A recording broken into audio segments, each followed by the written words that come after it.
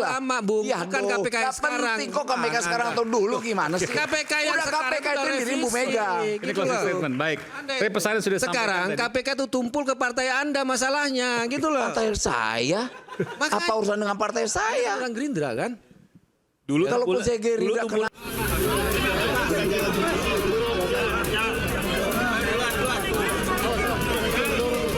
Saya semakin meyakini bahwa ini adalah kriminalisasi hukum. Sekitar tanggal 14 Desember itu ada utusan yang menemui kami ya yang memberitahu bahwa Sekjen harus mundur, lalu jangan pecat Jokowi, dan menyampaikan ada sekitar 9 orang dari PDI Perjuangan yang menjadi target dari pihak kepolisian dan KPK. Kepentingannya apa coba logikanya? Saya itu udah diem loh ya, difitnah saya diem, dicela saya diem, dijelekan saya diem, dimaki-maki saya diem. Saya ngalah terus loh, tapi ada batasnya.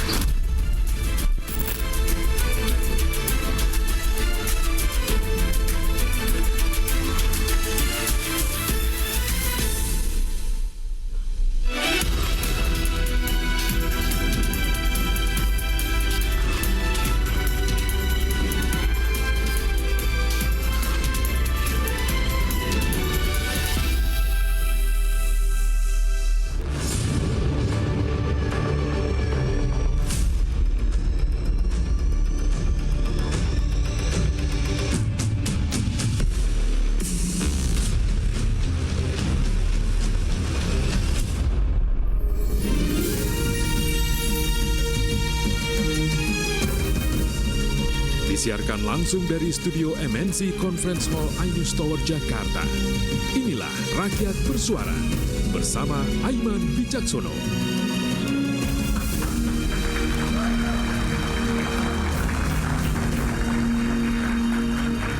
Panas dingin hubungan yang sudah pisah jalan itu hal yang biasa, tapi beda cerita dengan Jokowi dan PDI Perjuangan. Pasca Pilpres dan penetapan Hasto jadi tersangka, bara api PDIP dan Jokowi tak juga kunjung padam.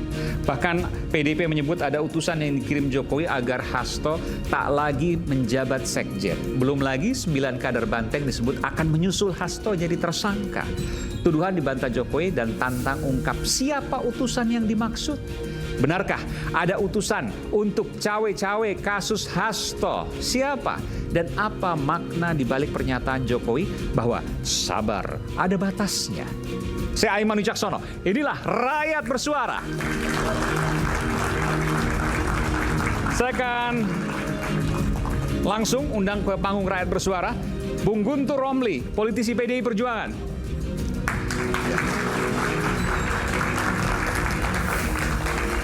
Selamat malam, Bung Guntur.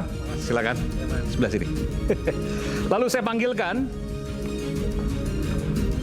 Immanuel Ebenezer, Ketua Umum Jokowi Mania.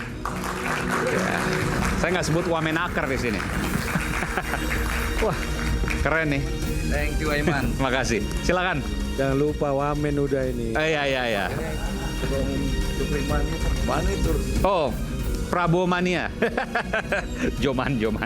Hadir pula ex penyidik KPK, Mas Yudi Purnomo Harahap. Silakan Mas Yudi. Boleh. Silakan. Sebelah sini. Kemudian Mas Roy Suryo, pakar IT sekaligus telematika, pakar telematika. Tunggu bentar, saya mau tanya dulu nih. Ini kaos jangan dibuka ya mejanya. Wah, penting ini tadi. Enggak, saya kira diundang untuk meneliti itu hurufnya Times Roman atau enggak. Itu lainnya, itu resmi. Beda topik itu, beda topik. Oke. Kemudian saya panggilkan Bung Mardiansah Semar, betul ya? Ketua Umum Rampai Nusantara. Bung Mardiansah ini pertama kali untuk hadir di Rakyat Bersuara dan kita jarang lihat sebenarnya. Nanti kita akan bincang-bincang ke sini. Oke. Sebenarnya saya mau panggil di sebelah kiri tapi kelihatannya berkeberatan. Tapi nggak apalah, tapi jangan di belakang. Saya panggilkan Bung Ray Rangkuti. Maju sedikit dong Bang Ray. Sini, nggak mau di sini? Oh di sini mau? Oke, saya pikir nggak mau. Oke. Bang Ray. Oke, ya udah oke. Silakan. Ini nggak ada kubu-kubuan kok. Baik, kita akan masuk langsung. Tanpa berlama-lama saya ingin tanya dulu ke Bung Guntur Romli. Bung Guntur, 9 orang PDI Perjuangan akan dihastokkan. Kurang lebih begitu ya? Betul ya? Iya. Sesuai yang disampaikan oleh utusan. Sesuai yang disampaikan oleh utusan. Ini valid nih, karena disampaikan live, faktual, disampaikan oleh utusan. Siapa utusannya? Jadi pertama kita mau klarifikasi dulu Mas Aiman, ya. Biar nggak rame. Ya, silakan.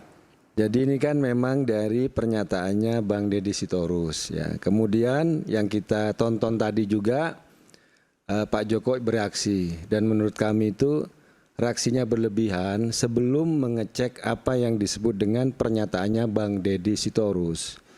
Soal utusan itu, Bang Deddy Sitorus tidak pernah bilang bahwa Jokowi mengirim utusan atau itu utusannya Jokowi.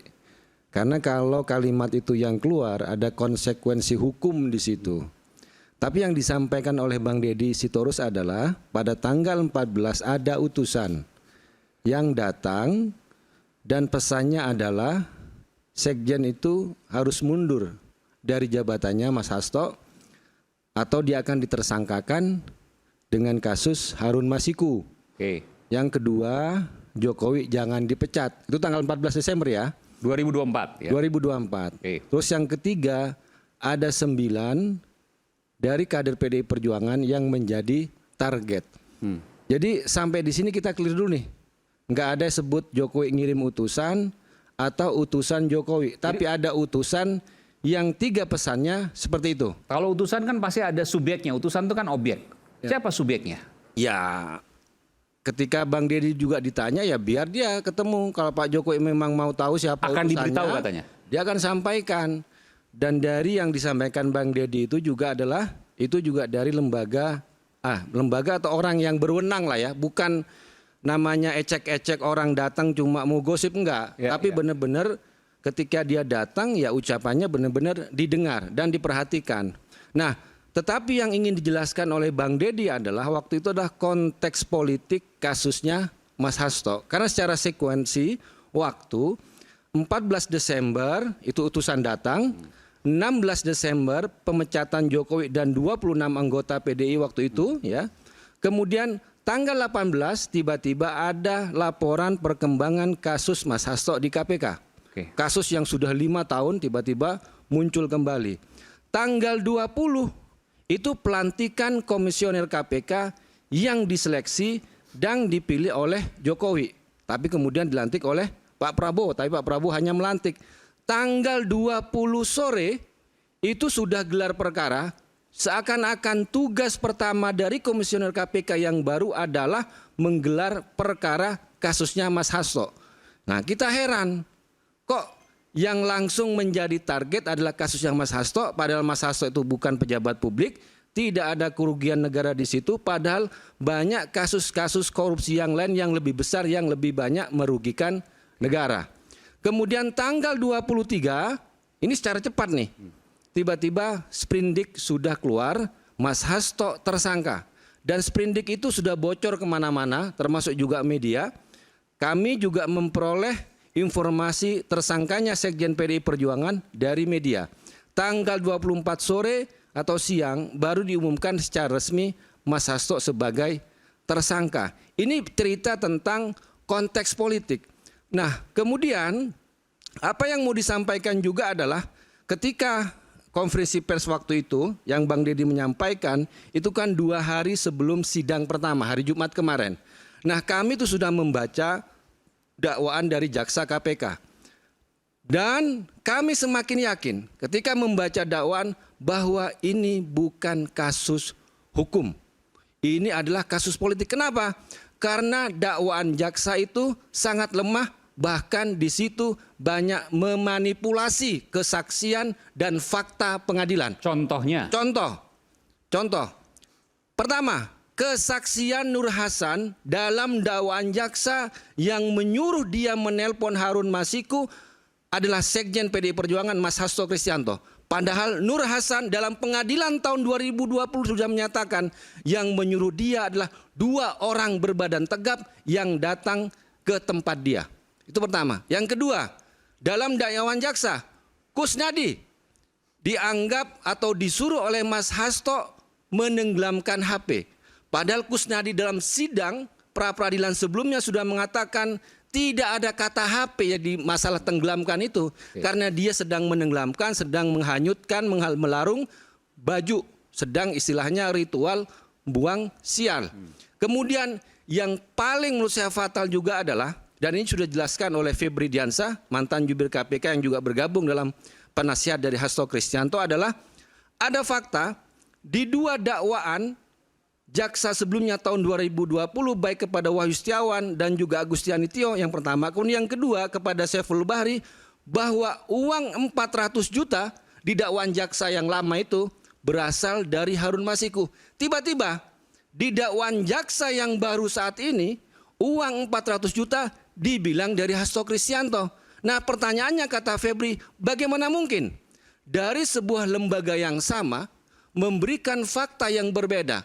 Tahun 2020 uangnya dari Harun Masiku, tahun 2025 tiba-tiba uangnya dari Hasto Kristianto. Bagaimana mungkin katanya jaksa bisa mengubah-ubah seperti itu soal sumber uang.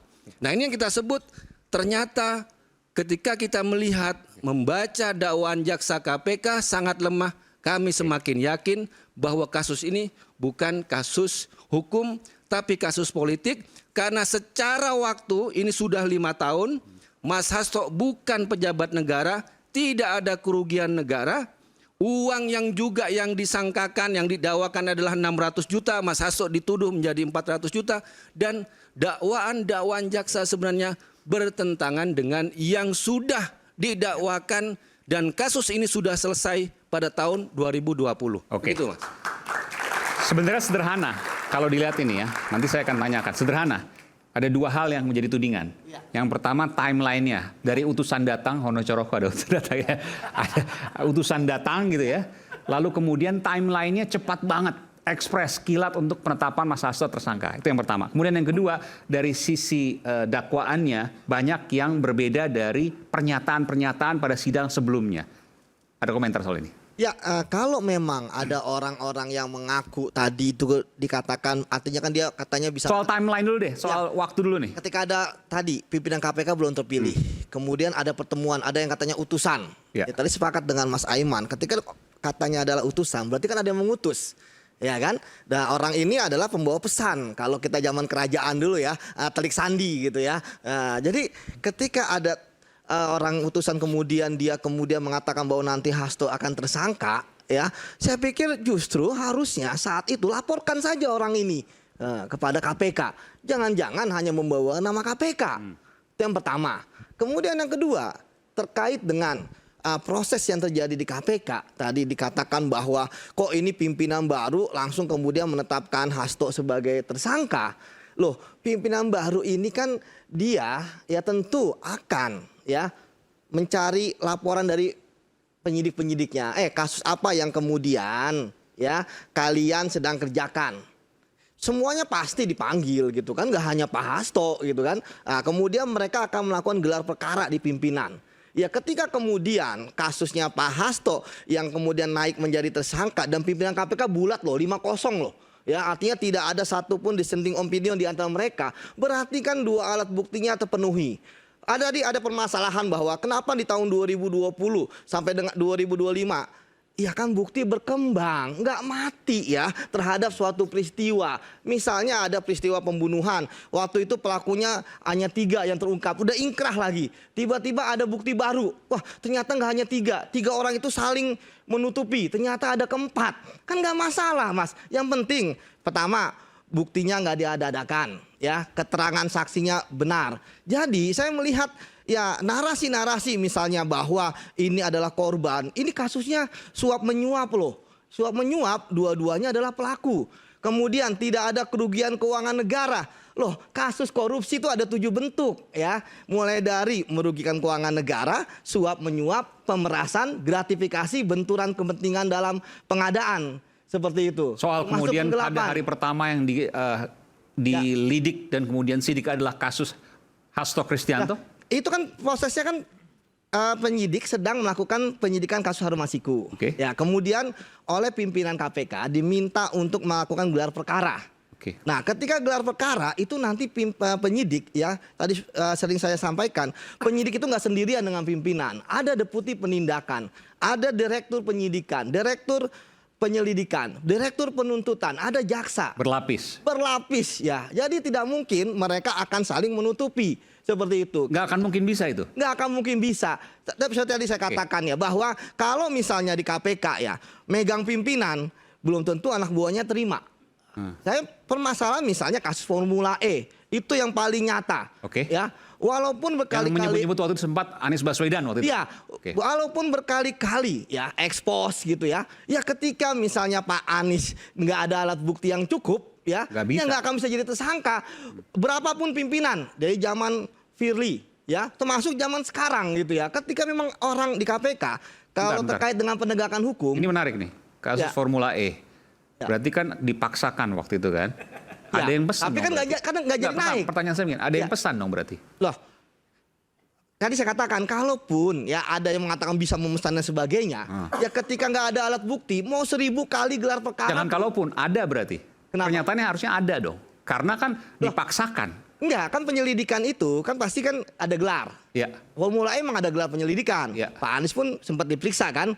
Tapi ketika digelar ya Nggak ada ketemu. bukti, nggak ketemu ya nggak Oke. mau Meskipun ribuan kali. berkali-kali. Meskipun berkali-kali gitu. Artinya kan ada yang memesan. Nggak, saya nggak tahu kalau ada yang memesan ya. Tapi memang kita sering ya berkali-kali juga sering gitu. Tapi sekali lagi nggak naik alat buktinya seperti itu. Nah, maksud saya ini yang saya cocokkan dengan Pak Hasto ya. Kalau Pak Hasto buktinya kan cukup, makanya dia naik. Kalau misalnya ini ada pesanan bahwa wah ini adalah oposisi gitu ya, maka kemudian kita tersangkakan, nggak nyambung dengan kasusnya Pak Anies yang Formula E. Seperti itu, Mas. Oke, baik. Silakan. Ya, ketika kami membaca dakwaan jaksa, kami juga mencari apa yang disebut dengan tuduhan-tuduhan di situ. Makanya saya sebut tadi ini banyak tuduhan yang memanipulasi kesaksian dan juga fakta-fakta pengadilan.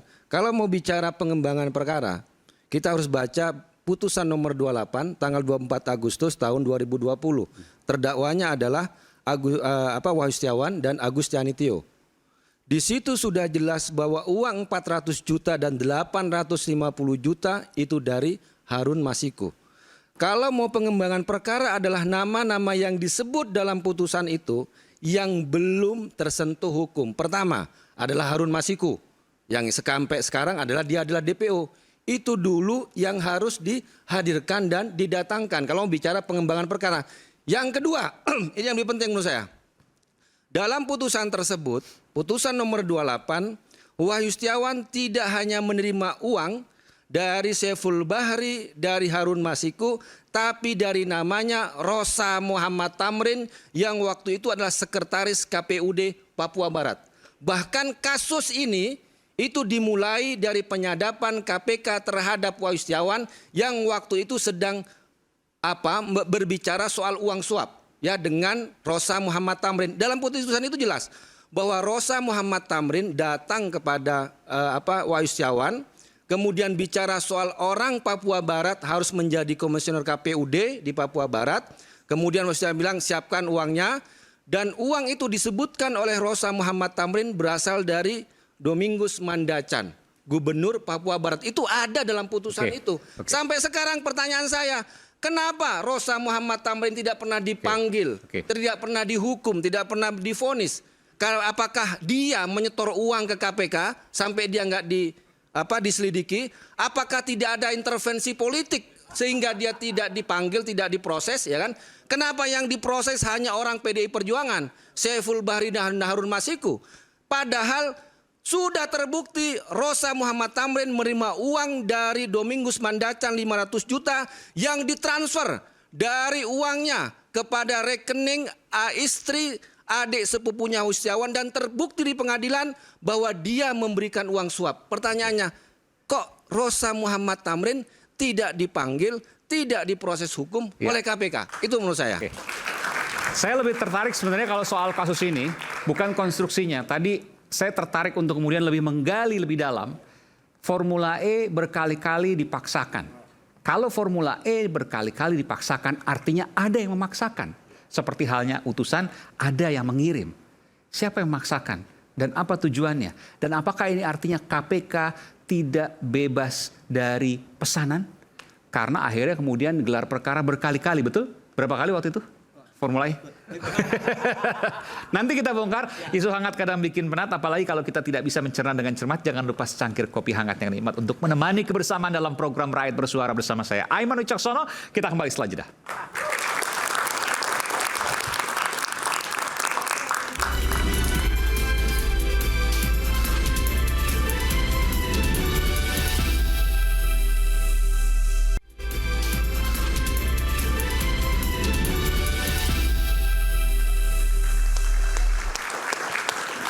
Tadi saya nggak tahu ini kelepasan atau enggak apa yang disampaikan oleh Bung Yudi Purnomo soal Formula E. Sebenarnya ini bukan soal kasus per kasus, apakah kasus Anies Baswedan atau kasus Hasto Kristianto, bukan.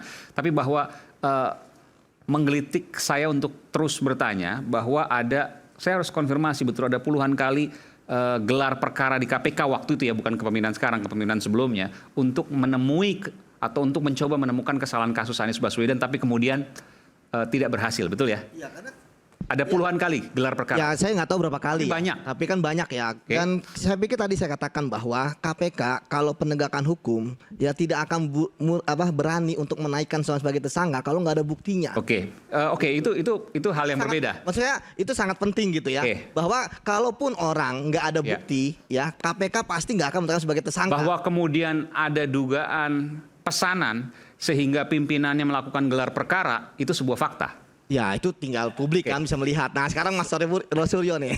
Mas Roy atau Bung Rey mau sampaikan soal itu mungkin? Ada hal yang ingin sampaikan? Silakan. Soal apa ya? Kita bicara soal Hasto Kristianto, kita bicara soal Anies Baswedan. Kalau Hasto Kristianto ada dua sisi. Tapi Anies Baswedan ini soal Formula E yang dalam tanda kutip puluhan kali gelar perkara, mungkinkah itu agak sulit untuk tidak dikatakan itu tidak ada pesanan? Walaupun akhirnya ya memang tidak ada kesalahan di sana dan tidak jadi tersangka kan gitu. Silakan. Saya sebetulnya Bung Aiman agak tidak enak berbicara malam hari ini soal kasus dan soal Pak Jokowi begitu. Di tengah berbagai persoalan bangsa kita yang sangat besar ini gitu. Hari ini seperti kita ketahui saham kita anjlok ya sampai 5% gitu. Sempat ditutup meskipun kemudian dibuka setelahnya begitu ya. Di tengah-tengah itu ini juga ada perbincangan orang soal revisi undang-undang TNI begitu ya. Sebelumnya itu kita dihadapkan juga dengan banyak masalah terkait di dalamnya soal PHK massal di mana-mana dan sebagainya gitu. Jadi menghadapi gejolak yang seperti ini perasaan saya agak gundah gulana gitu ya. Bukan tentu saja karena berhadapan dengan apakah yang akan kita lihat di masa mendatang begitu. Tetapi juga apakah kita akan sampai ke cita-cita kita yang seperti dibangun oleh Pak Prabowo itu Indonesia Emas 2045 itu. Tetapi karena yang undang adalah Bung Aiman dan saya tahu juga dalam acara ini ada Wamen Tenaga Kerja Bung Noel yang saya yakinnya amat sangat sibuk. Luar biasa. Beberapa hari ini begitu ya, di tengah hujan badai PHK tentu dalam bayangan saya beliau sudah nggak punya waktu semestinya untuk mengerjakan sesuatu di luar tupoksinya sebagai wamen begitu. Dan oleh karena itulah saya merasa saya ini apa? Saya kan pengangguran. Masa orang yang sangat super sibuk di Republik ini menghadapi puluhan ribu orang yang kena PHK masih bisa sempat hadir. Apa saya ini kok bisa-bisanya nggak hadir, kira-kira begitulah. Makanya malam ini saya hadir karena Pak Wamen juga hadir di tengah kesibukan beliau menghadapi berbagai PHK yang ya seperti badai ya kan. Ini ya iya Pak, saya ini kan, fakta atau satir maksudnya? Ya kan. Okay. Pak, nggak, saya mau tanya aja. Makanya itu mungkin juga saking hebatnya daya pikat Bung Aiman juga sehingga Bung Noel merasa perlu atau Bung Noel kapanpun dimanapun dalam kondisi apapun kalau hubungannya dengan Pak Jokowi selalu hadir. Nah, itu bisa juga. Ya, kita nggak tahu nih yang mana ya kan. Apakah undangan ini karena Bung Aiman atau karena topiknya Pak Jokowi. Apalagi kalau sampai seperti sekarang udah mulai ada ancaman dari Pak Jokowi, saya ada batas kesabaran loh. Gitu. Nanti saya mau tanyakan soal itu juga. Nanti kita tanya kepada Bung Noel gitu ya. Nah itu dulu ya posisinya gitu. Nah yang kedua soal yang disebutkan itu tadi, pertanyaannya apa sih yang nggak bisa ditembus di Republik ini, Bung Aiman? Apa yang nggak bisa ditembus gitu? Apalagi ya mekanisme apa istilahnya itu ya, seleksi. Hampir semua komisioner di Republik ini tergantung politik. Komisioner? Hampir semua. Komisioner apa nih? Semua komisioner. Semua berbagai lembaga? Anda sebut aja. Kompolnas, politik yang memutuskan. Oke. KPU, Bawaslu, DKPP, KPK, macam-macam itu semua yang komisi yudisial, ya, komisi ombudsman. Artinya mereka yang dipilih ini kalau tidak memiliki betul-betul tanda kutip ya integritas yang kuat, sangat mudah ditembus oleh kekuasaan yang memang memilih mereka untuk duduk di posisi yang dimaksud itu. Gitu. Itu satu dulu. Lebih-lebih kalau kemudian apa namanya itu ya institusinya seperti KPK yang sekarang ini berada di bawah kekuasaan eksekutif. Yang kemarin itu sih belum. Karena belum masuk ke apa namanya revisi ya, masih di ujung tuh revisinya. Tetapi melihat begitu besar penolakan orang terhadap ketua KPK yang sebelumnya untuk tidak dipilih, lalu terpilih, kita mau bicara apa itu? Kan ada hajat politik yang begitu besar menempatkan beliau berada di posisi itu. Dalam konteks yang kayak begitu itu, kira-kira apa yang terjadi sehingga para politisi tetap mendudukkan yang bersangkutan di posisi sebagai ketua komisioner KPK gitu ya. Dan oleh karena itulah muncul proses-proses sampai kemudian yang terakhir itu yang memilukan kita kan. Kali pertama dalam sejarah KPK itu pimpinannya justru berhubungan dengan hukum. Itu kali pertama tuh. Ini kalau kita runtut ke belakang memang nggak diseleksi betul nih. Kok bisa yang seperti ini bisa keluar gitu. Kok bisa yang seperti ini terpilih, bahkan duduk sebagai ketua KPK. Kan prosesnya di politik. Kalau lihat dari kaca begitu, itu yang kita pikirkan dulu itu memang jangan-jangan politik menghendaki orang yang memang mudah untuk tanda kutip diintervensi itu tadi. Itu yang justru dicari kan. Supaya apa? Supaya itu tentu saja kalau mungkin ada ini ada itu macam-macam itu ya bisa dilaksanakan, atau mencegah ini mencegah itu juga bisa dilaksanakan gitu. Jadi berkaca dari situ kalau ditanyakan tadi itu apakah ada yang memesan, sangat mungkin terbuka, sama seperti terbukanya dengan kasus Hasto ini besar kemungkinan juga ada yang memesan, bahkan bisa jadi lebih terbuka lagi. Kenapa gitu? Karena strukturnya sudah di bawah eksekutif. KPK yang sebelumnya struktur masih dalam proses pembahasan loh itu. Sudah begitu gitu loh. Apalagi sampai sekarang KPK-nya itu di bawah struktur eksekutif. Nah itu yang saya juga berkali-kali pertanyakan. Kenapa dalam 6 bulan terakhir ini KPK seperti mengejar kasus-kasus yang berhubungan dengan orang di luar kekuasaan? Itu kesan yang Anda tangkap? Coba cek. Ya kan? Sekritis kita terhadap unsur pimpinan KPK yang lama loh. Banyak anggota PDI Perjuangan yang dijerat oleh KPK yang lama itu masuk ke penjara sehingga PDI dianggap sebagai partai paling banyak mengirimkan anggotanya ke KPK saat itu di tangan komisioner yang lama itu. Artinya apa? Artinya komisioner KPK yang lama bekerja mengawal kekuasaan itu. Sekarang udah 6 bulan nih.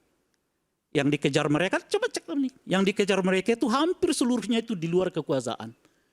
Padahal filosofi pendirian KPK itu adalah menjaga jangan sampai orang yang berada di dalam lingkaran kekuasaan ini menggunakan kekuasaan yang ada pada dirinya untuk menguntungkan diri, keluarga, ataupun koleganya dengan merugikan keuangan negara. Itulah filosofi dari pembentukan KPK. Jadi kalau KPK ngejarnya ke sono, bukan yang antar kita ini gitu loh kira-kira itu, ya kan? Jadi pertanyaan, ada apa sampai KPK ngejar-ngejar dengan uang yang sangat sedikit, ya kan? Dengan kerugian dalam bentuk yang kita sebutkan itu dapat dipertanyakan. Kejaksaan sekali pukul 1.000 triliun. Kapan KPK punya kerja sekali pukul 100 triliun? Kapan? Apalagi yang sekarang. Paling tinggi nih sekarang kita lihat tuh cuma sekitar 2 miliar yang dikejar oleh KPK. Makanya dari kemarin-kemarin saya mendorong KPK itu, ayo proses. Apa itu? Kasus BI, CSR BI, Blok Medan, dan sebagainya itu. Yang nilai kerugian negaranya tinggi dan pelakunya berhubungan dengan apa yang disebut dengan kekuasaan itu. Jangan lupa Bung Aiman, saya dulu mendorong betul KPK, tanya Bung Yudi, supaya segera memeriksa Pak Hasto. Bagi saya itu penting karena ada unsur kekuasaan di belakangnya. Tapi unsur kekuasaan itu tidak ada sekarang, sehingga menurut saya bobotnya jadi berkurang. Karena filosofi dari KPK itu menjaga kekuasaan jangan dipergunakan untuk menyelewengkan keuangan negara. Kalau di luar itu, udah jangan kasih KPK, serahkan kejaksaan, serahkan kepolisian.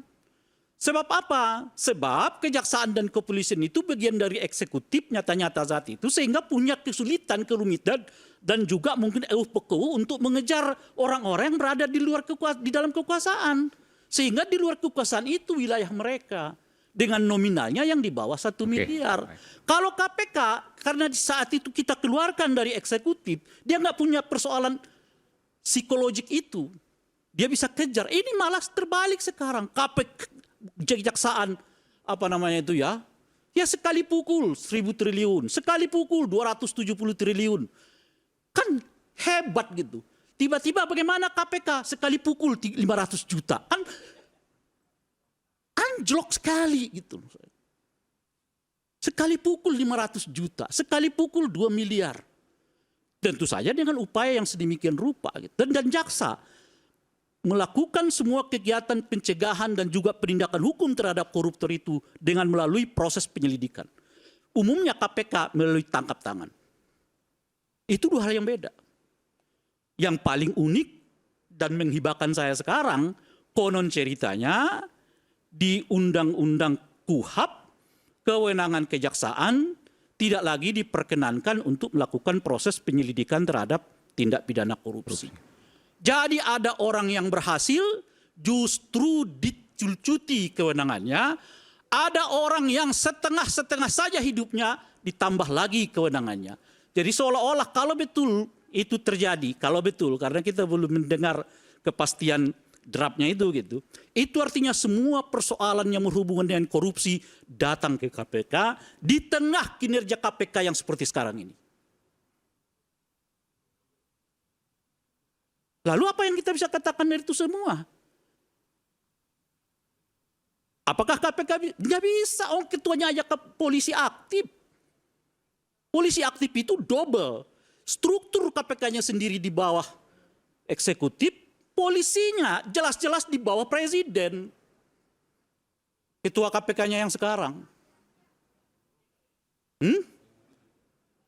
Yang dulu institusinya belum. Udah. Pakai Pak. Apalagi? Apalagi kan? Ya, jadi Firly itu udah 2019. Apalagi? Jelaskan. Jadi kalau disebut apakah ada pesanan, besar kemungkinan. Mungkin di dalam kasus Anies itu terjadi, mungkin di kasus Hasto juga terjadi. Tapi yang penting pembuktiannya kan, Bang? Iya. Tapi yang penting pembuktian, benar nggak? Pembuktian itu kan nanti di pengadilan. Ya, masih.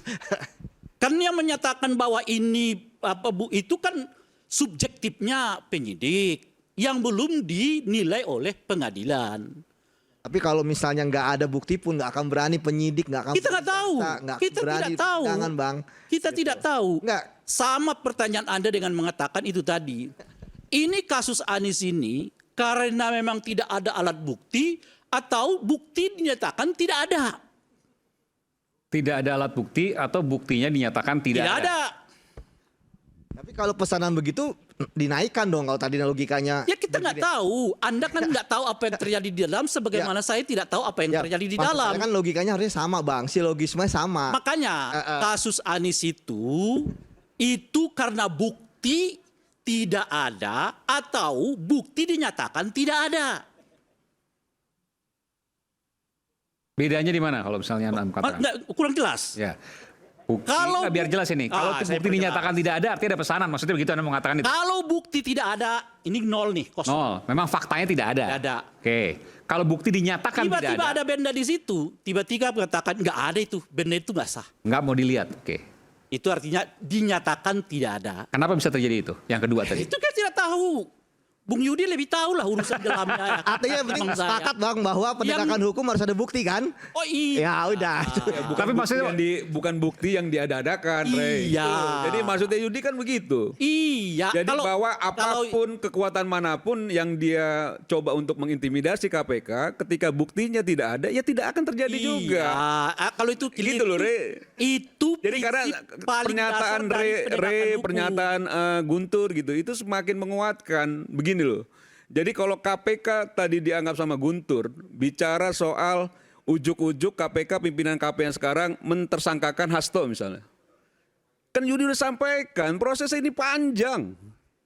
Jangan-jangan karena memang pimpinan KPK kemarin tidak berani mentersangkakan Hasto. Bisa. Kenapa nggak dibalik logikanya begitu gitu loh? Makanya pertanyaannya Gitu loh. Bung. Jangan-jangan karena memang Makanya. pimpinan kemarin kawannya Guntur, kan kita nggak tahu juga. Makanya pertanyaannya kenapa Nah, jangan-jangan. Jadi begini loh, Rey. Namanya siapa? Gitu loh. Kenapa KPK yang kemarin tidak berani mentersangkakan? Itu pertanyaan. Mengapa mereka nggak berani mentersangkakan? Jawab Yud.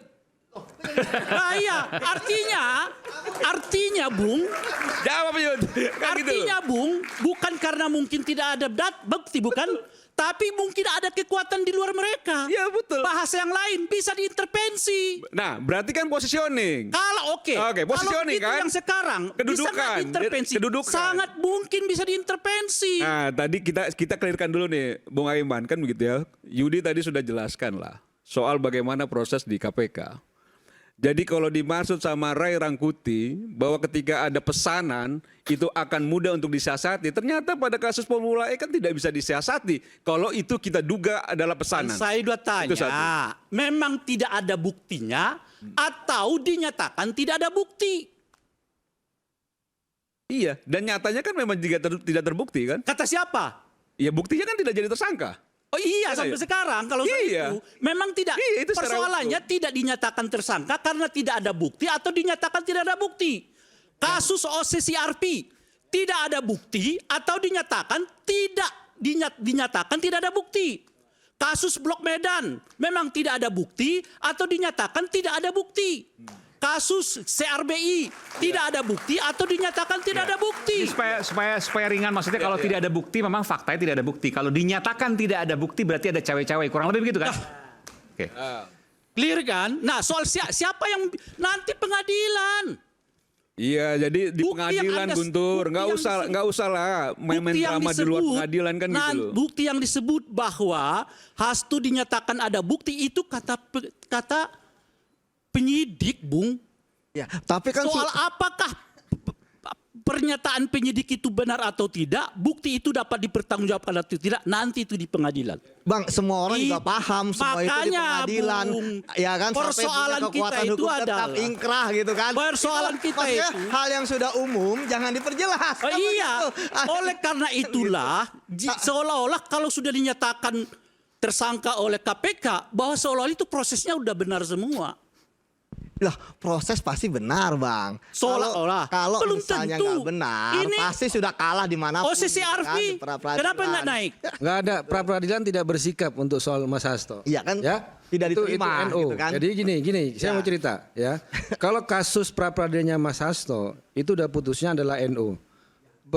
Sama aja kan, NU kan KPK juga dimenangkan ada kutip enggak kan? dong, enggak dinyatakan sebagai status Kan kasus quo. status penyidik, tapi quo, status ya. penyidiknya tetap Tapi berjalan. pengadilan Ya kan? tidak mendukung tersangkanya tidak Mas Hasto. menerima. Itu yang paling penting. Ya, Kenapa? sama kayak kita main tinju gitu saya jelasin, kan? Saya jelasin sama ya. kayak main Saya tinju. jelasin. Nah, Kenapa? kalau itu udah paham lah saya. Lah Tapi enggak, kan, Anda biar enggak ngomong seperti itu terus gitu loh. Masalahnya Bung Anda kan mau Yudi, bilang bahwa tersangkanya KPK menurut Anda kan sah, ya kan? Ya, sah kan? Saya mau katakan dengan peradilan mengatakan NU bukan mengesahkan, Yo, makanya tapi kita tetap diberi berlaku kan kesempatan. Bang? Makanya Berlaku, iya. ditahan bisa, Tapi kalau tidak enggak bisa nahan didukung. Hasto.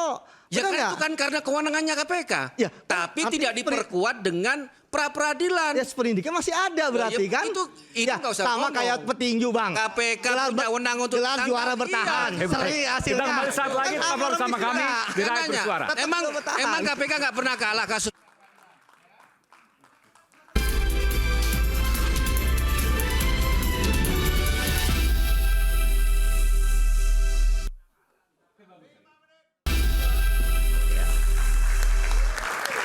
Saya harus imbang karena tadi Bung Rey menyebut-nyebut Pak Wamen, meskipun di sini saya sebenarnya nggak menyebutkan Pak Wamen, tapi menyebutkan sebagai Ketua Joman ya.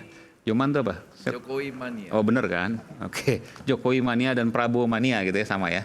Oke, tadi disebutkan bahwa ada berbagai kejadian, lalu kemudian Bang Wamen di sini, lalu kemudian kaitan ke Pak Jokowi, apapun ingin membela. Ada hal-hal yang ingin disampaikan dari jawaban, dari pertanyaan atau pernyataan dari Bung Rey Rangkuti? Pakai. Wajar lah ya. Sebagai kawan menyampaikan itu wajar aja sih. Kedua dia punya sudut pandang yang berbeda terhadap apa yang Lebih dikit lagi, Pak. Pak Jokowi lakukan ya nggak apa-apa. Saya tidak pernah mau coba untuk berkonfrontatif dalam argumentasi apapun. Karena secara demokratik itu hak demokratiknya Rey gitu. Jadi saya tidak terlalu mau sibuk dalam mengomentari yang menjadi hak demokratiknya, karena kita lagi fokus tadi persis apa yang disampaikan Rey. Ada problem peristiwa-peristiwa terkait misalnya kemarin beberapa hari yang lalu terkait kawan-kawan kita bicara tentang penolakan undang-undang TNI, padahal menurut kita di pemerintahan Prabowo Gibran ini hampir 50% diisi oleh aktivis-aktivis semua, dan kami yakin itu tidak mungkin. Gitu. Kedua, tidak mungkin maksudnya dui fungsi maksudnya? Tadi sangat kata. tidak mungkin. Oke, Anda mengatakan karena aktivis semua. Iya. Anggota Dan Pak Prabowo punya komitmen untuk tidak melakukan hal itu. Gitu. Kita tahu bahwa ke depan ini memang tantangan cukup besar ya. Kita berhadapan dengan para bandit-bandit yang menggarung duit rakyat ya. Kita butuh TNI yang kuat, polisi yang kuat, penegak hukum kuat, jaksa yang kuat. Gitu. Kemudian ada problem-problem politik yang lain ya. Kita tidak mau sibuk ke belakang lah, karena ke depan itu tantangan pemerintahan Prabowo Gibran ini cukup besar, apalagi dengan tadi disampaikan Rey, bagaimana mau bicara tentang narasi 2045 gitu loh. Nah untuk itu tantangan ini ya sedang kita jawab untuk bisa ke depan ini Indonesia itu lebih baik. Memang tidak mungkin sebuah pemerintahan itu akan berjalan mulus lah dengan kondisi yang sekarang. Siapapun pemerintahannya lah ya, siapapun pemimpinnya tidak ada pergolakan, pasti ada. Apalagi kita lihat fenomena global yang hari ini cukup mengkhawatirkan ya, karena problem-problem ini juga menjadi tapi begini, tantangan kita juga. Karena Anda juga sekaligus wamen juga, saya mau tanyakan, kan banyak kemudian muncul di media sosial. Kondisi saat ini kaitan ke hukum maksud saya. Jokowi mania. Iya, kaitan ke hukum. Jadi misalnya begini, ini kondisi jangan diprovokasi sama Rey dong. Kondisi sekarang misalnya PHK banyak, kondisi hukumnya juga banyak tanda tanya. Sebagai Jokowi mania yang juga anggota kabinet. Ini ada yang ingin sampaikan nggak soal penyimpangan itu? Namanya penyimpangan pertanyaan karena diprovokasi sama Rey. Ini intervensi namanya. Nggak, ini biar jelas. Mumpung ini kan jarang-jarang kita kehadiran Pak Wamen ini. Titipan Rey. Di sini forum rakyat bersuara. Karena anggota kabinet pun bagian dari rakyat. Ya, gimana lagi pertanyaannya? Banyak kan kemudian sekarang, ini tadi kan disebut misalnya BI ada di suspend ya, walaupun cuma sebentar. Ya. Indeks harga saham gabungan, Iya. IHSG. Kemudian juga PHK kebetulan terkaitnya. Lalu kemudian kondisi hukum. Ya. Yang kemudian jadi banyak pertanyaan. Ini gimana sih kondisi hukum kita? Sebagai anggota kabinet ada Kalau pertanyaan kita mau seperti itu, lihat jawabannya seperti fenomena PHK di mana-mana, memang ini terjadi. Memang iklim industri kita memang tidak lagi baik-baik gitu, lagi tidak baik-baik. Kemudian memang ke depannya banyak juga harapan-harapan yang sedang kita kerjakan gitu. Dan harapan itu harapan yang nyata ya, bukan omon-omon ya. Misalnya kayak kemarin di Sritek, pasti identiknya saya selalu dengan Sritek karena dianggap saya orang yang gitu gagal. Tapi saya katakan Sritek itu pilot itu bulan Oktober 2024 dan sebelumnya juga udah gagal bayar ya berkali-kali. Kemudian dipilotkan 2024 Oktober, kemudian dari bulan Oktober sampai Januari saya coba hold untuk tidak ada PHK. Kemudian adanya kurator untuk PHK itu memang domain hukum yang nggak mungkin saya mampu menjangkau itu, apalagi sebagai wakil menteri. Itu dan alhamdulillah hari ini kawan-kawan yang di PHK itu mereka hak dan kewajibannya akhirnya kita coba memperhatikan ya, karena terkait hak pesangon mereka, kemudian hak JKP, jaminan kehilangan pekerjaan, dan juga JHT. itu semua dipenuhi semua. Dipenuhi sampai detik karena kita langsung intervensi langsung ya. Dan ini juga menjadi tantangan kita ke depan juga untuk bagaimana membuka resapan lapangan pekerjaan di mana-mana. Makanya kita sering diskusi dengan mitra-mitra industri yang ada di beberapa wilayah. Misalnya kayak kemarin ada 2079 di Garut di PHK. Kemudian dari tempat di PHK cuma jarak 10 kilo atau berapa kilo itu ada industrial yang membuka lapangan pekerjaan itu sekitar 10.000 itu. Dan kembali ke Sritek, dan Sritek nanti ke depan ini pasca lebaran ini mereka akan kembali bekerja. Alhamdulillah puji Tuhan akhirnya kegelisahan yang dialami oleh kawan-kawan Sritek itu mimpi buruk mereka sekarang menjadi sesuatu yang bisa bekerja kembali lah. Artinya ini juga harapan kita karena dengan kebijakan Pak Prabowo Gibran yang peka terhadap problem-problem perburuan dan sebagainya itu mampu dijawab dengan cepat, tidak lambat ya. Hari itu langsung ada sebuah kebijakan yang menurut pandangan kami di kementerian luar biasa. Presiden tidak mau lihat rakyatnya itu begitu gelisah dengan kecemasan cukup tinggi ya. Karena bayang-bayang PHK itu kan bayang-bayang sosok monster lah yang nggak membuat mereka bisa tidur nyenyak. Dengan kita lihat narasi presiden kan mau lihat ke depan ini bahwa rakyat ini harus bisa tidur nyenyak. Dan itu harapan kita semua ke depan. Jadi ke depan ini masih banyak harapan-harapan yang bisa menjadi jawaban atas kegelisahan dengan narasi-narasi misal kayak Indonesia gelap dan sebagainya, kabur aja dulu. Ke depan itu banyak sekali lapangan pekerjaan, tinggal kita penguatkan skill atau kompetensi ya. Karena Masih banyak lapangan pekerjaan? Sangat banyak. Nanti nih di Subang itu ada pabrik otomotif BYD itu mereka akan membuka resapan tenaga kerja itu sekitar 18.000. Nah problemnya kita berhadapan dengan misalnya preman-preman dan calo-calo tenaga kerja yang akhirnya itu menjadi tantangan tersendiri untuk kita dalam mengatasi para pencari kerja ini supaya tidak terlalu susah. Nah itu Bung Aiman yang selama ini kita kerjakan. Ditambah lagi kemarin juga ada di Softtek Indonesia. Ada 308 sudah di PHK, langsung kita intervensi untuk supaya tidak di PHK. Dan itu sejarah. Sejarah di Gimana Indonesia. caranya? PHK kan karena nggak punya kita minta lagi. Tidak, ini nggak bisa. Karena banyak hak-hak mereka harus dipenuhi dulu. Misalnya mereka harus diskusi bipartit. Kemudian baru nanti prosesnya berarti ya. Ada beberapa proses yang menurut kita. Kemudian juga driver ojek online 10 tahun lebih mereka tidak pernah dapat yang namanya hak untuk mendapatkan THR. Di kita cuma 2 bulan kita kerjakan.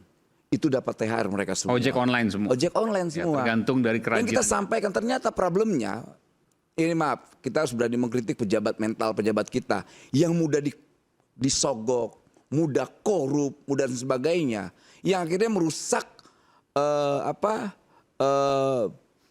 ini hukum kita yang selama ini harus kita menjadi bagian yang menjadi cita-cita reformasi kita dulu 98 bahwa salah satunya adalah penegakan hukum Ya mentalitas ini yang akhirnya merusak ya di kementerian kita tuh luar biasa banyak kebijakan-kebijakan sebetulnya cukup bagus untuk di kawan-kawan misalnya mahasiswa pemagangan. Itu banyak sekali potensinya kawan-kawan mau magang keluar, kemudian mau menambahkan skillnya itu ada kita upskill di BLK. Kalau depan ada mahasiswa, mereka nggak usah mumpung ada mahasiswa semua dan kawan-kawan mahasiswi, kesempatan kerja itu besar sekali sebetulnya. Tinggal memang ada semacam gap antara kebutuhan industrial dengan kawan-kawan yang siap kerja. Nah, tinggal nanti kawan-kawan yang mau bekerja kuatkan aja kompetensinya. Di depan sana itu banyak sekali peluang kerja. Dan kita akan pemerintah hadir di situ. Tapi gini, saya agak berbeda dengan Bung Rey tadi. Kalau Bung Rey tadi kan harusnya nggak punya waktu segala macam. Justru Bung Noel ini dari sebelum jadi wamen udah hadir di sini jadi rakyat bersuara. Ketika jadi wamen pun dia tetap merasa sebagai rakyat dan itu kita harus apresiasi. Terima kasih, Bung Aiman. Tapi saya ingin tanya, kalau semua ngomong langsung jatuh Rey. Kita ini seringkali bolak-balik sih sebenarnya Bung Aiman. Kan? Tapi sebentar, saya mau tanya dulu tadi. Pejabat seperti rakyat seperti pejabat. Repot, ya kan? Tentara sipil-sipilan, orang sipil kayak tentara-tentaraan. Banyak tuh, ya kan? Udah pejabat, menteri masih ngejar gelar doktor. Yang gelar-gelar doktor ngejarnya jabatan, kan bolak-balik semua ini kita ini. Jadi tempat kalah Bung Noel sebagai pejabat, karena itulah status dia yang konkret nyata hari ini.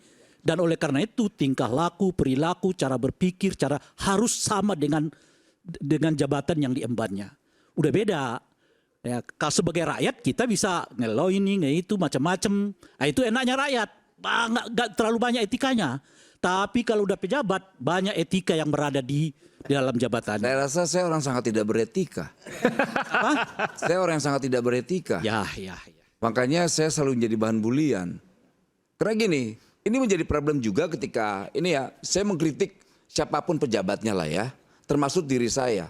Saya coba pemahaman mereka bernegara ini kan lemah sekali bahwa mereka tidak bisa menerjemahkan dirinya mereka sebagai wakil negara. Lebih banyak mereka mewakili dirinya sebagai pengusaha dan sebagainya. Akhirnya banyak terjadi abuse of power ya di situ. Dan saya pelajari dari apa yang saya rasakan. Oh, penyimpangan kekuasaan itu di sini. Oh, mereka tidak bisa menempatkan, ya namanya mereka sebagai negara. Mereka menempatkan penguasa dari sebuah partai, utusan partai, petugas partai dan sebagainya. Akhirnya apa? Banyak kan kebijakan-kebijakan yang harus pro rakyat itu hilang. Karena dibajak apa? Oleh petugas partai. Nah ini yang akhirnya kawan-kawan semua harus tonton itu, harus ketahui. Rusaknya bangsa ini karena apa? Ada kebijakan-kebijakan yang tidak pro rakyat dibajak oleh apa? Petugas partai.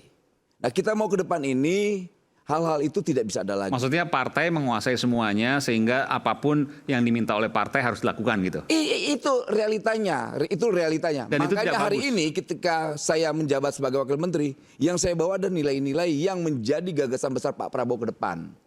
Itu soal kesejahteraan rakyat, soal jangan sampai ada korupsi dan sebagainya. Nah itu yang menjadi komitmen saya dan sampai detik ini komitmen itu saya pegang. Mungkin Bung Aiman tahu lah. Dulu orang meragukan komitmen saya. Noel nggak mungkin ketika menjadi pejabat pasti berubah. Enggak, saya nggak akan berubah. Dan saya bilang saya sekali-sekali sedikit pun tidak akan merubah sikap saya. Saya akan tetap orang yang menjadi seperti Noel yang seperti ini. Yang dibilang sangat tidak beretika. Iya, saya tidak beretika. Bayangkan Gojek ini saya sampaikan. Adalah sedikit bernegosiasi dengan mereka. Saya sampaikan ke mereka. Kalian ini sedang bernegosiasi dengan negara, bukan dengan ormas, apalagi dengan LSM. Cocok. Jadi kita memposisikan sebagai negara. Inilah kelemahan kita selama ini. Adalah ketika pejabat negara itu bernegosiasi dengan siapapun, memposisikan dirinya sebagai apa? Ormas dan LSM. Akhirnya gampang, mudah disogok, kasih duit. Kasih duit terus. Ya akhirnya wajah negara itu tidak ada lagi. Disitulah rusaknya bangsa ini. Jadi kalau kawan-kawan selama ini melihat, terkadang kan sering kita sebutkan, ini negara ini mana ya? Kok negara ini tidak pernah hadir ya? Jangan-jangan negara ini memang tidak ada. Ya itu realitanya. Kenapa? Posisi negara itu sudah dibajak. Dengan perilaku elit partai yang selama ini, ya mental yang korup-korup itu. Dia menegosiasikan sesuatu itu bukan atas nama negara, tapi ya dirinya. rusaklah bangsa ini.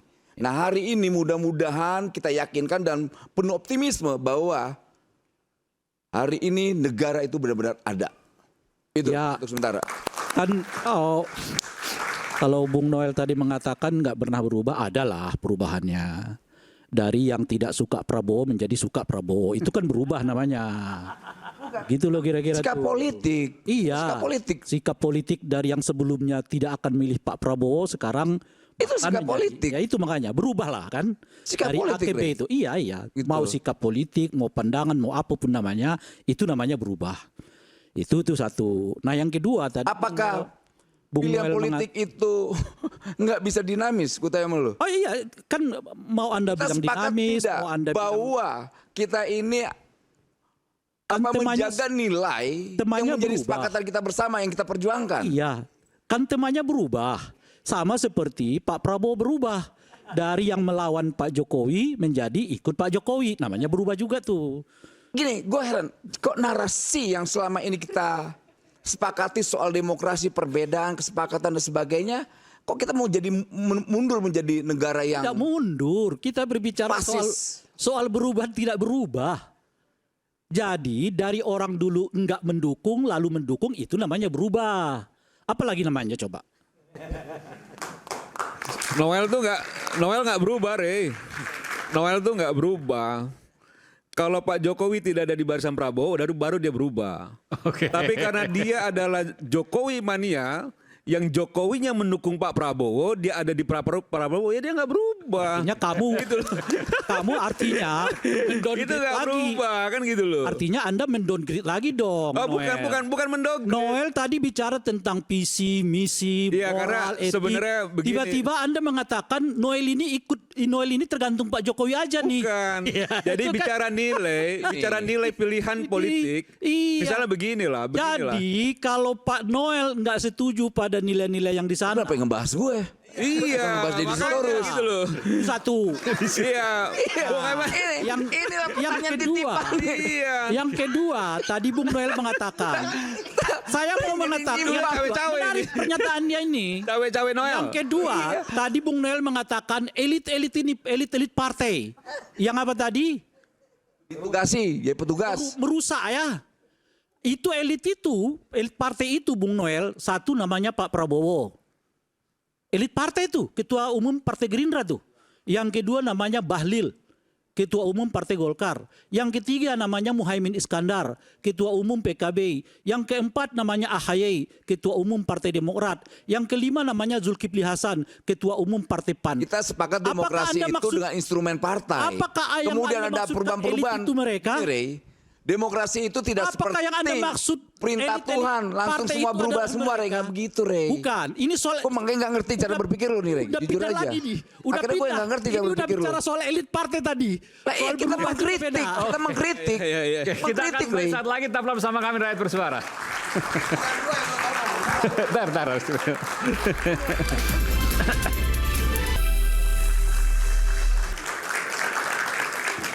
Kembali di Rakyat Bersuara, di sini saya langsung bertanya pada Kanjeng Raden Mas Tumenggung, KRMT Roy Suryo, yang merupakan orang Jawa gitu ya. Jogja ya Mas? Siap, Jogja. Jogja, oke. Kalau orang Jawa, Jogja, Solo, apa yang disampaikan oleh Pak Jokowi menurut saya itu hal yang luar biasa. Bukan biasa lah. Ya. Karena saya ini udah diam loh ya. Saya dimaki-maki, difitnah diam, dimaki diam. Tapi ada batasnya. Rasanya seingat saya Pak Jokowi nggak banyak mengatakan ini. Terakhir 2019.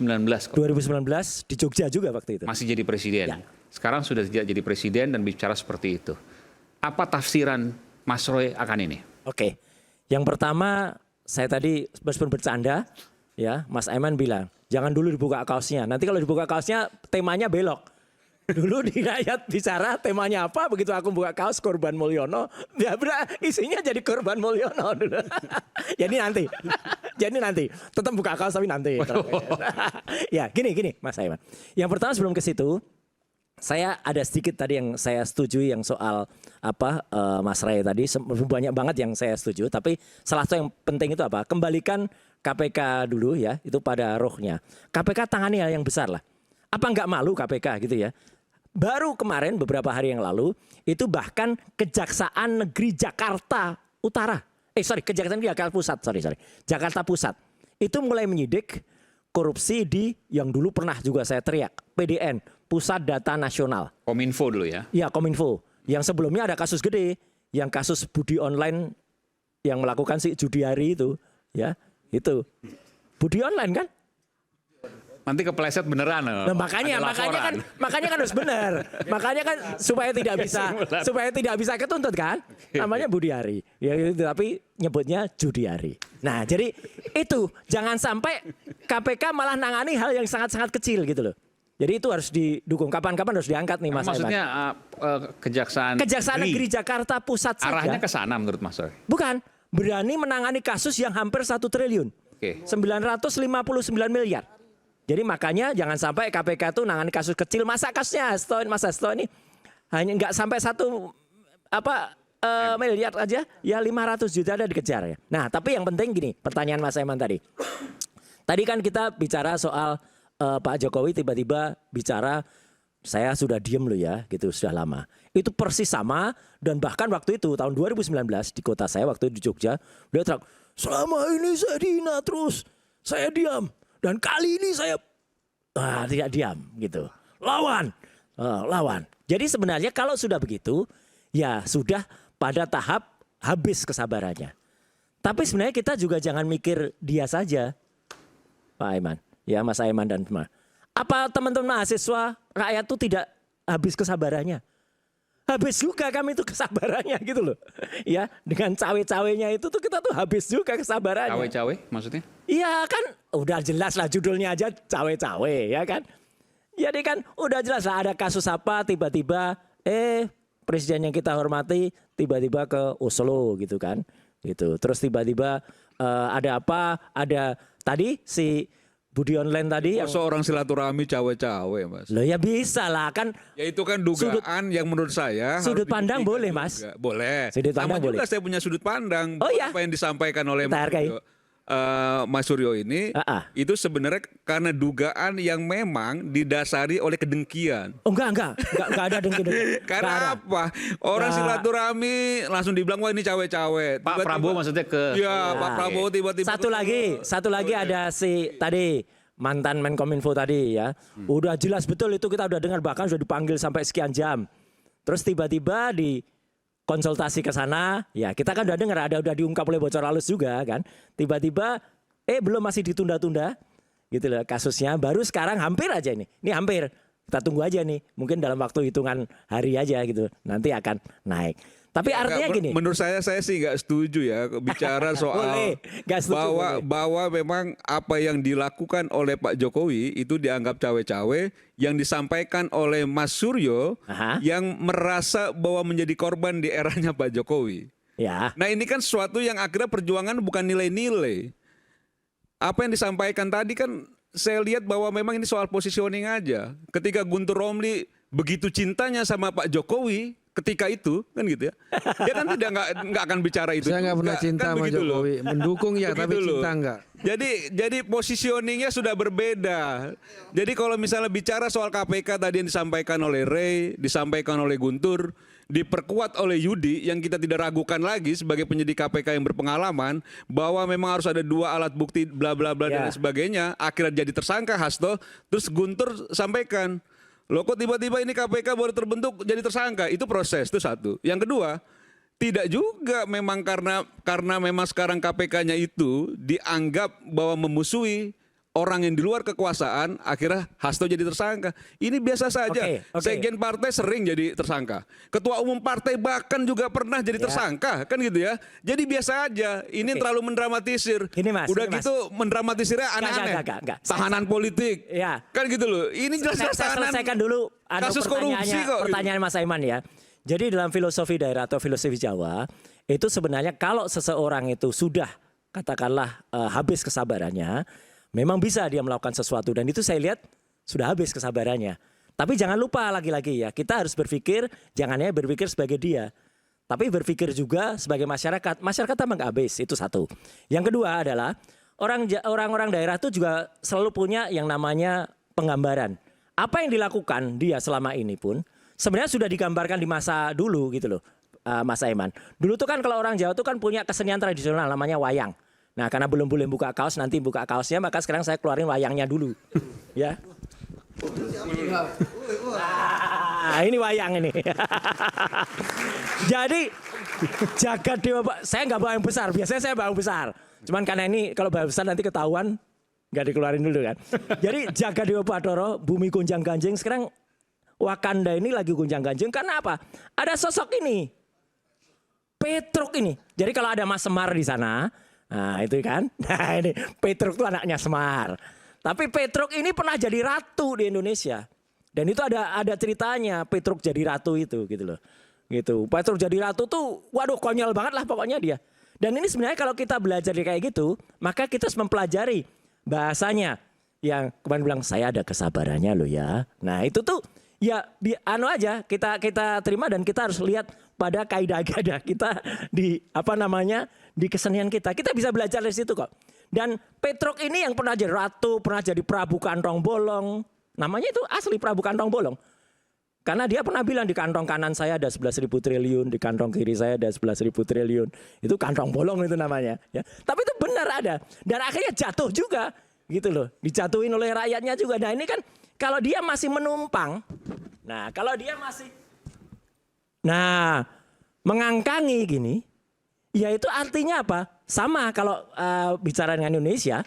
Ya kita juga punya Mas Aiman. Yang dalam film itu. Nah ini ada, nah, ini halus kok ini halus, ini nggak kasar. Nah, jadi dia tuh seperti The Godfather. Oke. Godfather tapi gambarnya siapa? Godfather juga ini. Iya. Kameranya di sana. Kameranya di sana. Jadi real kingmakernya ya masih dia, masih Petruk ini gitu loh. Jadi makanya Mas Wamen, ya kita sebagai rakyat itu menghimbau. Kembalikanlah Mas Wamen itu yang sekarang sudah Prabowo mania, ya kembalikanlah jati dirinya Pak Prabowo gitu loh. Jangan kemudian bukan silaturahmi nih Mas, bentar Mas Semar. Supaya kita bangga kembali kepada Pak Prabowo. Ini kan selalu gitu saja merendahkan ya. Misalnya tadi Guntur Romli itu merendahkan bagaimana KPK dianggap kurang kompeten ketika mentersangkakan Hasto. Tapi bicara 5 tahun kebelakang kan nggak bicara juga begitu keras. Tapi kalau Ray selalu bicara keras. Jadi itu soal perjuangan nilai apa yang disampaikan Ray. Tapi yang disampaikan Guntur perjuangan politik, kepentingan. Itu yang saya bilang posisi. Yang saya sampaikan apa Mas? Perjuangan kepentingan diri sendiri. Kalau Anda apa? Kalau Anda apa? Kalau saya, jelas positioning saya. Sejak Pak Jokowi jadi gubernur Jakarta sampai dia menyalonkan diri jadi calon presiden 2014, 2019 sampai dia pensiun, saya tetap ada bersama Jokowi. Berarti Anda perjuangan politik Jokowi. Perjuangan begini, konsistensi pilihan politik terhadap perjuangan yang kita ambil itu kan soal lain. Tapi bahwa apa yang disampaikan oleh Guntur gitu, dia sampaikan oleh Deddy Sitorus, itu yang menurut saya itu sesuatu yang ada irisannya juga dengan politik dalam kontestasi yang lalu, Bung Aiman. Bukan soal dendam. Anda terakhir kapan ketemu Pak Jokowi? Ya minggu lalu ya. Minggu lalu, baru dong. Ada yang disampaikan sesuatu terkait kondisi sekarang? Ya kita sering silaturahmi, diskusi. Di Solo itu ya? Yang saya lihat memang beliau ini kan menikmati masa pensiunnya. Makanya saya agak aneh juga gitu kalau misalnya seorang Jokowi yang sudah tidak punya kewenangan lagi sebagai presiden di Republik ini, seolah-olah semua yang terjadi di Republik ini itu persoalannya ada di Pak Jokowi. Oh enggak, karena ini mirip Mas, mirip dengan kaos ini. Tadi ada yang belum selesai. Nah, makanya maksud saya itu di kan Godfather aneh. ini, kan begitu loh. Ini dia sebagai pertama itu Corleone juga merendahkan Pak Prabowo sebagai presiden loh. Oh, enggak. Iya dong. Justru kita mengingatkan supaya Pak Prabowo ini lagi, tidak gitu mampu untuk berdiri sendiri sehingga bisa diintervensi, kan itu merendahkan. Haknya harus diangkat. Ya, itu kan merendahkan. Makanya harus diangkat. Nah, pertanyaan relevan gini Mas Roy. Bahwa Pak Jokowi sudah tidak jadi presiden. Ya, persis. Don Corleone itu udah nggak berkuasa. Bisa jadi kingmaker, nggak masuk akal gitu loh menurut. Iya ada kan ceritanya. begitu loh. Ceritanya The Godfather itu cerita dia Don Corleone sudah nggak berkuasa, tapi dia bilang dia kumpulkan anak buahnya, saya sudah tidak berkuasa lagi, tapi masih menguasai. Ya ini kan kerangka besar ya nih. Cerita yang dipewayangan dengan realita dengan sistem demokrasi yang sekarang itu berbeda. Adalah. Pertama dia dijatuhkan oleh rakyatnya. Nah Pak Jokowi tidak. Enggak, ini jatuh sendiri dia juga. turun karena kehendak demokrasi melalui proses demokrasi dan memang limit kekuasaannya hanya dikehendaki 2 periode. Ya kan mau tiga periode tapi nggak bisa. Kita nolak. Bagus. Saya nolak. Bagus. Orang yang pertama nolak 3 periode gak Kita ada di ELC waktu itu. Betul. Yang teriak-teriak itu teman saya. Iya. Ya Yang kan? sekarang jadi wakil lawan Jokowi yang laknat itu tuh. Bukan. Iya dong. Bukan.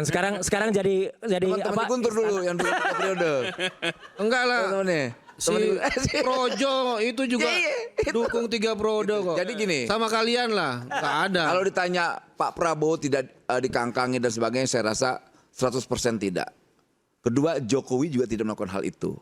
Kingmaker tadi. Kingmaker apa? Yang membuat kesan itu menjadi orang yang suka cawe-cawe, kingmaker dan sebagainya. Ya kawan-kawan yang selalu punya ketakutan, fobia terhadap Jokowi tinggi. Siapa itu? Ya Om Roy, teman-teman saya. Oh enggak. Om Roy, Enggak lah. kawan-kawan PDIP. Kawan Anda juga misalnya. Ya, kawan saya, itu kawan diskusi Bung Deddy saya. maksudnya. Dan nggak masalah, saya senang. Gitu. Itu kan sudut pandang yang bagus. Baru nyebutkan Bung Deddy kemarin itu. Nah, Deddy nggak Sitorus. dihitung, Dia nggak masuk, dia entah di mana lah gitu. Guntur yang masuk. Jauh. Kalau Guntur dan Nggak, tapi Om Roy, logikanya seperti apa? Pak Jokowi yang sudah tidak penjabat lagi, kok masih punya kekuasaan? Nanti jangan jawab, selepas jeda kami akan segera kembali, tetaplah bersama kami di Rakyat Bersuara. Ini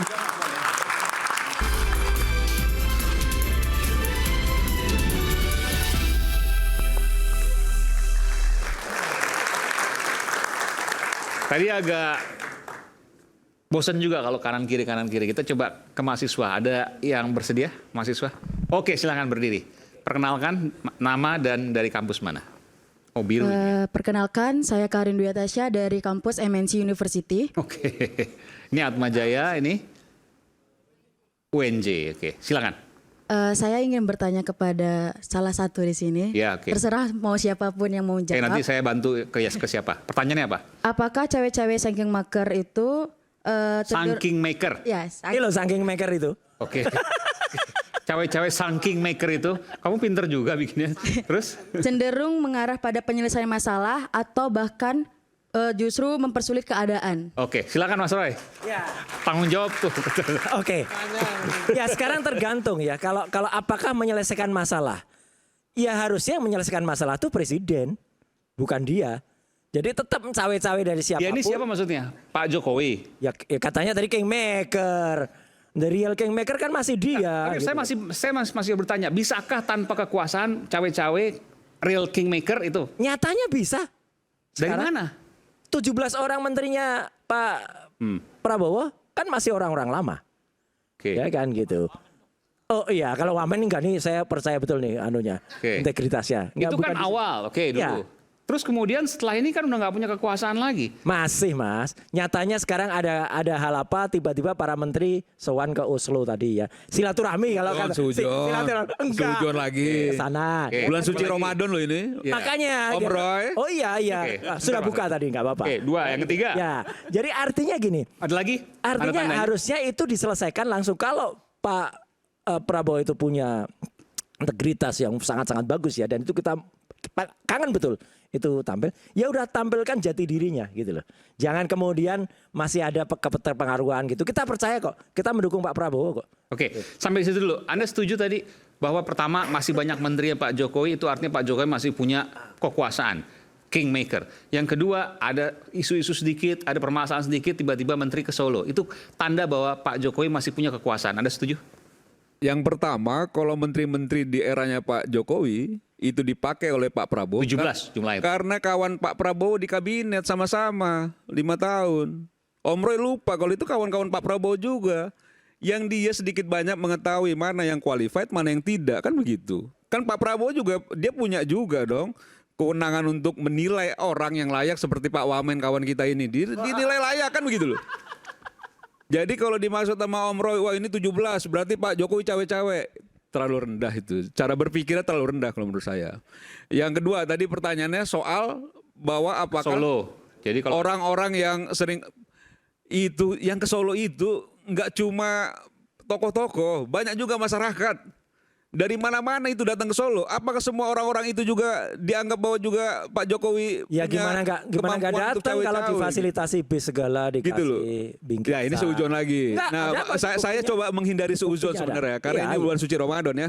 Cuman saya mau ngomong begini Bung Aiman. Tapi oke, dua. Yang artinya kalau seandainya Anda tidak meyakini bahwa kemudian utusan apakah itu dari Pak Jokowi atau bukan yang mengarah kepada Kingmaker tadi Iya. terkait dengan kasus Mas Hasto, Iya. itu nggak mungkin. Itu tidak mungkin. Tidak mungkin, oke? Karena begini ya, ini kan kalau kita runtut ya, bagaimana dinamika yang terjadi saat ini itu tidak lepas kontestasi Pilpres beberapa waktu yang lalu. Ini bicara Pilpres. Bahwa Pak Jokowi yang memang bagian dari PDIP, yang diharapkan juga bisa memberikan dukungan terhadap kader PDIP dalam kontestasi Pilpres, nyatanya kan tidak. Lalu dalam kontestasi itu ternyata calonnya teman-teman PDIP kalah. Yang disalahkan Pak Jokowi, tidak menyalahkan Pak Prabowo yang menang. Karena karena sebab kekalahan ini dinilai karena ulahnya Pak Jokowi. Itu satu hal.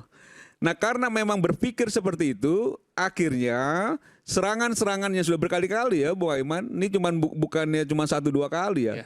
Serangan-serangan terhadap Pak Jokowi yang berkali-kali ini kan memang cenderung bisa dilihat bahwa itu serangan-serangan yang datang dari orang yang merasa sakit hati ketika memang orang yang disukai, orang yang dicintai ternyata mematahkan hatinya, kan begitu. Dalam kontestasi kemarin. Nah, bicara soal Pak Jokowi cawe-cawe, Pak Jokowi mengirim utusan. Nah, ketika kemarin bicara dalam konferensi pers di depan publik disampaikan oleh DS misalnya, ya, kawannya Bung Noel, terus kawan kan, disampaikan dengan gagah berani, dengan terang benderang, bahwa ada utusan yang memang menyampaikan pesan terkait 2 hal setidaknya. Pertama soal pencopotan Hasto sebagai sekjen, yang kedua soal membatalkan pemecatannya Pak Jokowi sebagai kader partai. Kan itu ya, 2 hal itu ya. Ada 9 yang ditarget. Sama ada yang 9 yang ditarget.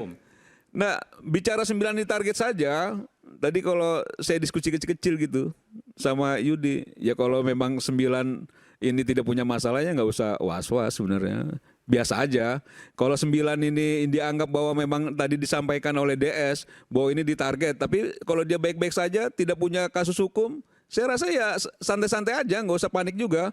Nah, ketika dia bicara menyampaikan ada utusan dan tidak juga menyebut siapa utusannya, dan sekarang ini mengklarifikasi berkali-kali, itu secara psikologis itu kita melihatnya bahwa ini adalah sesuatu yang memang sudah downgrade. Bahwa yang tadinya dia sampaikan dengan gagah berani bahwa memang ini ada utusan, menyampaikan bahwa Pak Jokowi begini, sekarang menyampaikan, oh kita nggak bilang ini utusannya Pak Jokowi, tapi kita hanya menyampaikan itu ada utusan. Nah, bicara soal komunikasi dan bicara soal psikologis, itu sudah terlihat bahwa memang sudah mulai posisi tawarnya mulai turun itu. Bahwa memang sebenarnya Pak Jokowi tidak melakukan itu, kan begitu. Dan kalau misalnya bicara soal cawe-cawe, apa sih yang mau dicawe-cawe orang yang pensiun? Saya pun kalau misalnya ngobrol-ngobrol Pak Jokowi bicara orang tua dengan anak gitu ya, orang tua ya kita diskusi santai, bicara-bicara yang ringan-ringan, nggak pernah bicara politik yang kayak terlalu keras gitu ya, bicara biasa saja.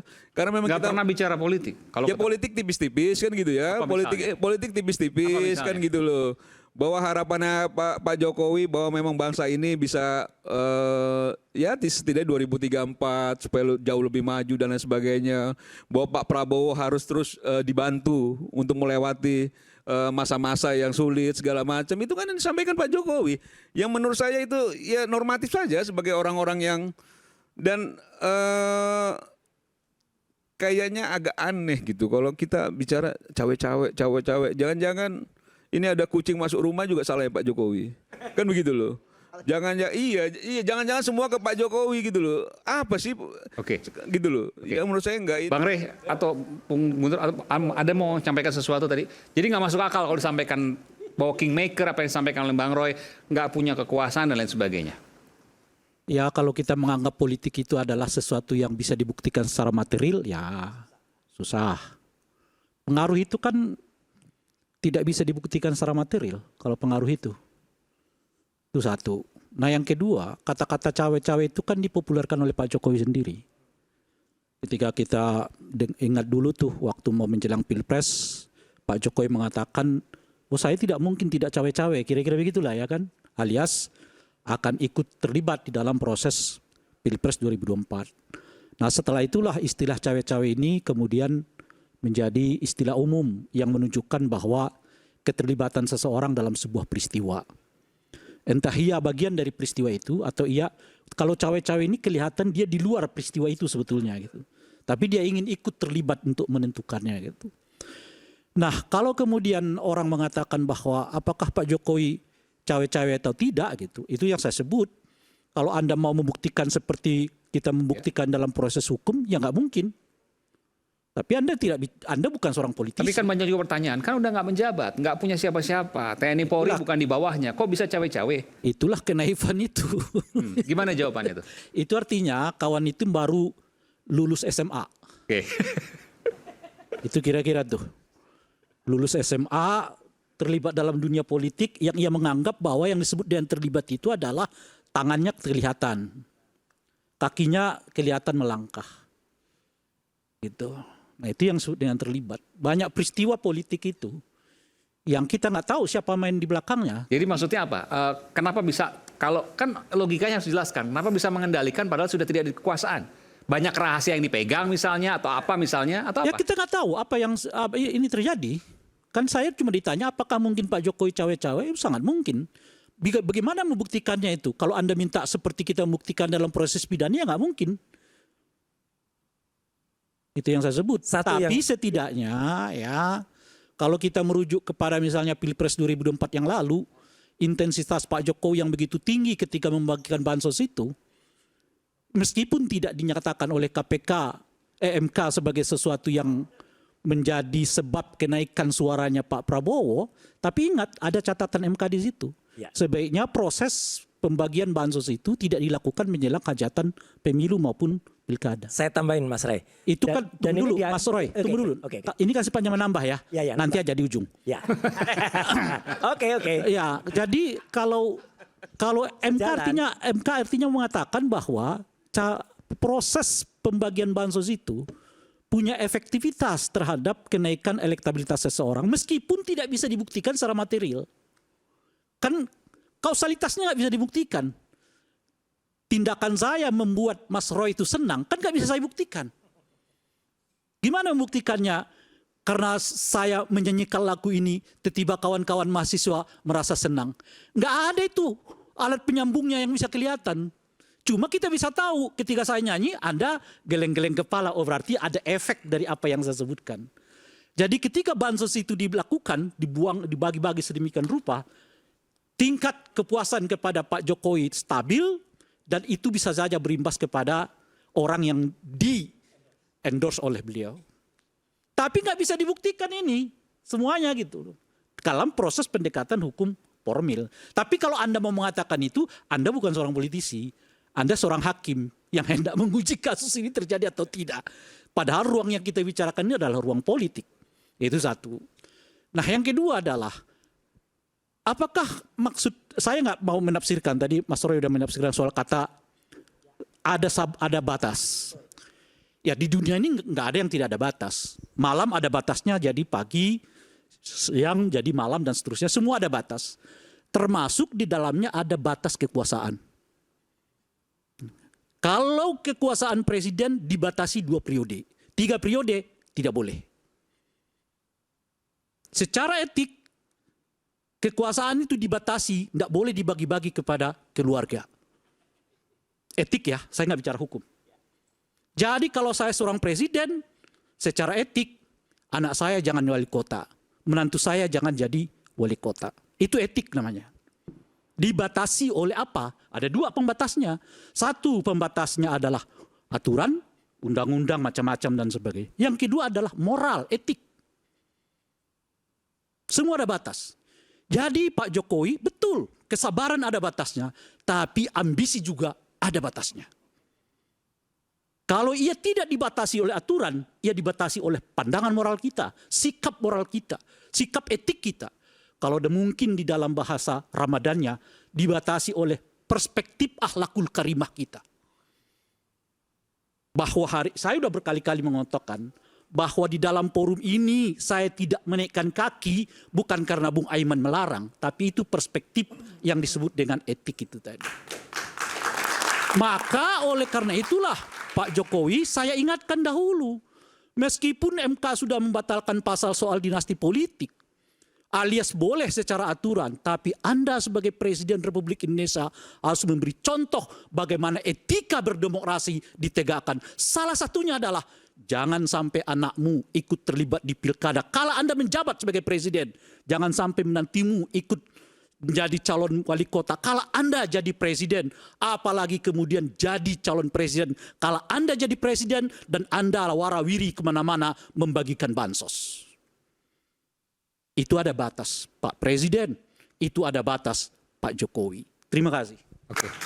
Satu Mas Aiman. Saya berikan kesempatan nanti pada saat closing statement sekalian. Gak apa-apa, sedikit aja. Jadi artinya nggak usah cari bukti, gampang.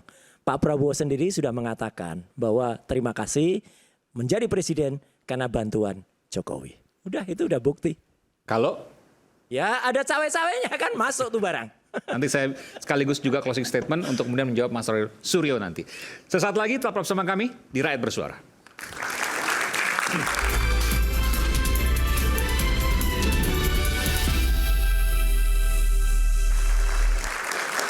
Sampai di sesi terakhir Rakyat Bersuara, saya berikan kesempatan 1,5 menit. Yang awal adalah Bung Guntur Romli, yang akhir nanti adalah Pak Wamen. Silakan. Ya, terima kasih Bung Aiman. Jadi kembali kepada cawe-cawe, kami memang menduga sangat kuat bahwa ada cawe-cawe terhadap proses kasus Mas Hasto Kristianto, Sekjen PDI Perjuangan. Siapanya? Belum tahu. Sebentar dulu. Nanti laporin sama Bung Mardiansyah. Oh, mau dilaporin? Bentar. Ada rencana pelaporan? Hah? Siapa yang dilaporin? Nanti ini 1,5 menit aja keambil nanti. Ya apa-apa, saya tambahin. Ini injury time nggak apa. Siapa yang mau dilaporin? Ya, Deddy Sitorus. Atas pernyataannya terkait dengan di tanggal 14 Desember yang lalu. Ini berarti betul Pak Jokowi marah dong, lewat Anda kemudian melaporkan? Yang pasti kami sangat marah. Gitu loh. Kami sangat marah karena begini ya. Kalau misalnya namanya Pak Jokowi itu buruk, nama kami juga secara organisasi kan juga buruk juga. Jadi standingnya jelas itu. Nah, bahwa memang kami ingin melaporkan besok ke Barreskrim Mabes Polri maupun ke MKD, tentu dengan kajian yang mendalam. Apa yang akan kita laporkan? Tunggu besok. Itu satu. Yang kedua, kenapa kami laporkan? Karena memang ini sudah berkali-kali serangan-serangan ini yang menurut kami sudah tidak lagi bisa dibiarkan dan tidak bisa lagi dibenarkan. Jadi harus memang ada langkah-langkah yang jauh lebih tegas. Saya rasa itu. Oke, silakan. Jadi sekalian dijawab juga. Pertama, itu hak lah. Hak mau melaporkan ke MKD, mau ke polisi itu kan hak warga negara untuk melaporkan hal tersebut kalau memang dia ada kerugian. Yang penting kan di situ kan ada standingnya jelas. Kalau yang kami tahu biasanya itu kan itu adalah delik aduan yang bersangkutan yang melapor. Yang dirugikan. Tapi terserah lah gimana besok itu. Yang ingin saya tegaskan di sini adalah soal kasus cawe-cawe. Seharusnya Mas Hasto Kristianto itu menang di pra-peradilan. Seharusnya. Cuma kami menduga dan mendapatkan informasi ada hakim MA berinisial Y yang melakukan intervensi. Hakim Mahkamah Agung. Hakim Mahkamah Agung, inisialnya Y. Ya, kami mendapatkan informasi itu. Kenapa? Karena kalau argumentasi kami itu lemah, harusnya hakim pra-peradilan itu menolak. Ya, tapi karena ini kami kuat, harusnya diterima, akhirnya bergeser menjadi NO, tidak berpendapat. Ini kami lihat, inilah yang disebut dengan bagian intervensi. Kemudian untuk kasus Hakim MA apa kaitannya kan kalau pra-peradilan kan di pengadilan negeri? Ya kan di bawahnya MA. Artinya ada pesanan. Iya, di situ yang kami dapat informasi terkait cawe-cawe untuk pra-peradilan. Makanya kami masih diberi kesempatan selanjutnya untuk mengajukan 2 pra-peradilan, cuma gugur karena KPK buru-buru melimpahkan kasus ini ke pengadilan yang sudah berlangsung dari sejak Jumat kemarin. Dan karena saking buru-burunya KPK ya sampai di situ ada kesalahan. Harusnya di situ menulis KUHP menjadi KUHAP. Itu merupakan kesalahan yang sangat fatal. Karena Mas Hasto sudah menjadi terdakwa, dia ditahan ya kan, tapi gugatannya tuntutannya dakwaan jaksa itu saya sebut ya penuh dengan manipulasi dan penuh dengan abal-abal. Apabila kalau kita terkait dengan proses hukum, kalau benar-benar ini adalah hukum, kita katakan ini lemah. Ya, pasti ini ada persoalan cawe-cawe politik yang ingin melakukan kriminalisasi, yang ingin melakukan politik balas dendam ya terhadap Mas Hasto yang selama ini keras. Yang kami lihat kritik-kritik Mas Hasto memang kepada Pak Jokowi. Makanya ketika Bang Deddy Sitorus bicara pada tanggal 14 itu bicara soal konteks politik kasus penetapan tersangkanya Mas Hasto. Karena kalau mau bicara kasus hukum, ini sudah 5 tahun. Sudah ada putusan hukum yang tetap. Tidak ada namanya Mas Hasto dalam dakwaan jaksa yang lama atau putusan pengadilan, dia merupakan pemberi uang. Semuanya adalah sebut Harun Masiku, tiba-tiba berubah sekarang menjadi namanya Hasto Kristianto. Kami tidak mau mengatakan bahwa menolak kewenangan KPK untuk membuat orang jadi tersangka, menuntut, itu kewenangan KPK. Tapi sekarang kita ingin menguji apa benar kualitas bukti yang dihadirkan oleh KPK, ya, ataupun juga penegakan hukum. Saya ingin memperkuat tadi yang disampaikan oleh Bung Rai. Ternyata memang ketika kasus ini berlanjut, ya, ada memang persoalan tebang pilih, gitulah. Sampaikan tadi. Kalau mau pengembangan perkara harusnya Harun Masiku ditangkap, ya. Kemudian yang namanya Rosa Muhammad Tamrin yang menyuap pada waktu itu kepada Wahyu Setiawan juga ditangkap dan diproses secara hukum. Ini tidak terjadi. Kemudian yang kita berapa minggu yang lalu bicara soal CSR Bank BI yang kata Deputi Penindakan sudah ada 2 tersangka. 2 hari kemudian jubir KPK meralat tidak ada tersangka.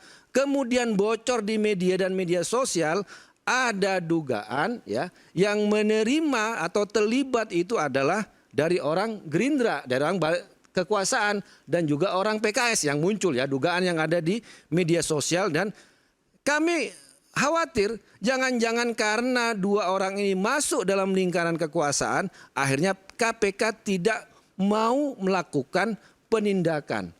Ada namanya juga orang Gerindra Jawa Timur Anwar Sadat sudah jadi tersangka, sudah disita hartanya oleh KPK 8 miliar sampai sekarang belum ditahan dan tidak ada proses hukum yang jelas. Jadi dikatakan, jadi KPK ini sekarang mau yang tetap penegakan hukum, pemberantasan korupsi atau menjadi alat politik. Kalau bagi saya, Mas, kalau kita waktunya evaluasi, kalau saya harus bubarkan KPK yang sekarang, kita ganti KPK dengan yang baru, yang lebih kuat, dengan undang-undang yang lebih kuat.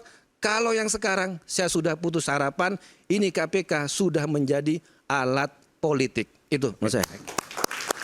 Silakan. Ya. Ya, saya pikir apa yang disampaikan oleh Bang Guntur Romli ya kan luapan hati lah ya dari permasalahan dari Pak Hasto ini, dan saya pikir itu sah-sah saja lah ya. Sekarang kan sebenarnya kita sudah bergulir di pengadilan ya. Di situ akan terbuka oleh publik sebenarnya ya fakta-fakta apa yang dimiliki oleh KPK. Nanti saksi-saksi akan dihadirkan di sidang. Nanti barang bukti akan ditunjukkan di sidang. Nanti kan pihak pengacara bisa bertanya kepada saksi tersebut. Ya, ketika kemarin dikatakan KPK terburu-buru, saya pikir kalau kemarin KPK terburu-buru justru yang diuntungkan pihaknya Pak Hasto, ya kan? Karena pasti kalau terburu-buru itu perkaranya nggak lengkap, pasti ada misilin dan sebagainya. Jadi justru saya melihat ya bahwa memang perkara ini kan mudah lah ya. Seperti kemarin disampaikan bahwa ternyata terkait dengan Pak Hasto hanya ada berapa lembar lah ya. Ya memang kan saat ini kan terkait dengan dakwanya Pak Hasto seperti itu. Nah jadi kita tunggu saja dan saya yakin bahwa proses nanti akan berlangsung dengan adil gitu ya. Ketika tadi dikatakan dalam praper ada Hakim Agung inisial Y misalnya gitu ya. Saya lihat banyak juga Bang inisial Y gitu ya. Tadi saya langsung googling kan, wah banyak inisial Y gitu kan. Seperti itu. Ya saya pikir jangan saya juga bisa gitu kan. Oke. Jadi maksud saya Bang jangan sampai lagi nanti inisial makin banyak gitu kan. Kemarin kita udah masalah utusan gitu kan.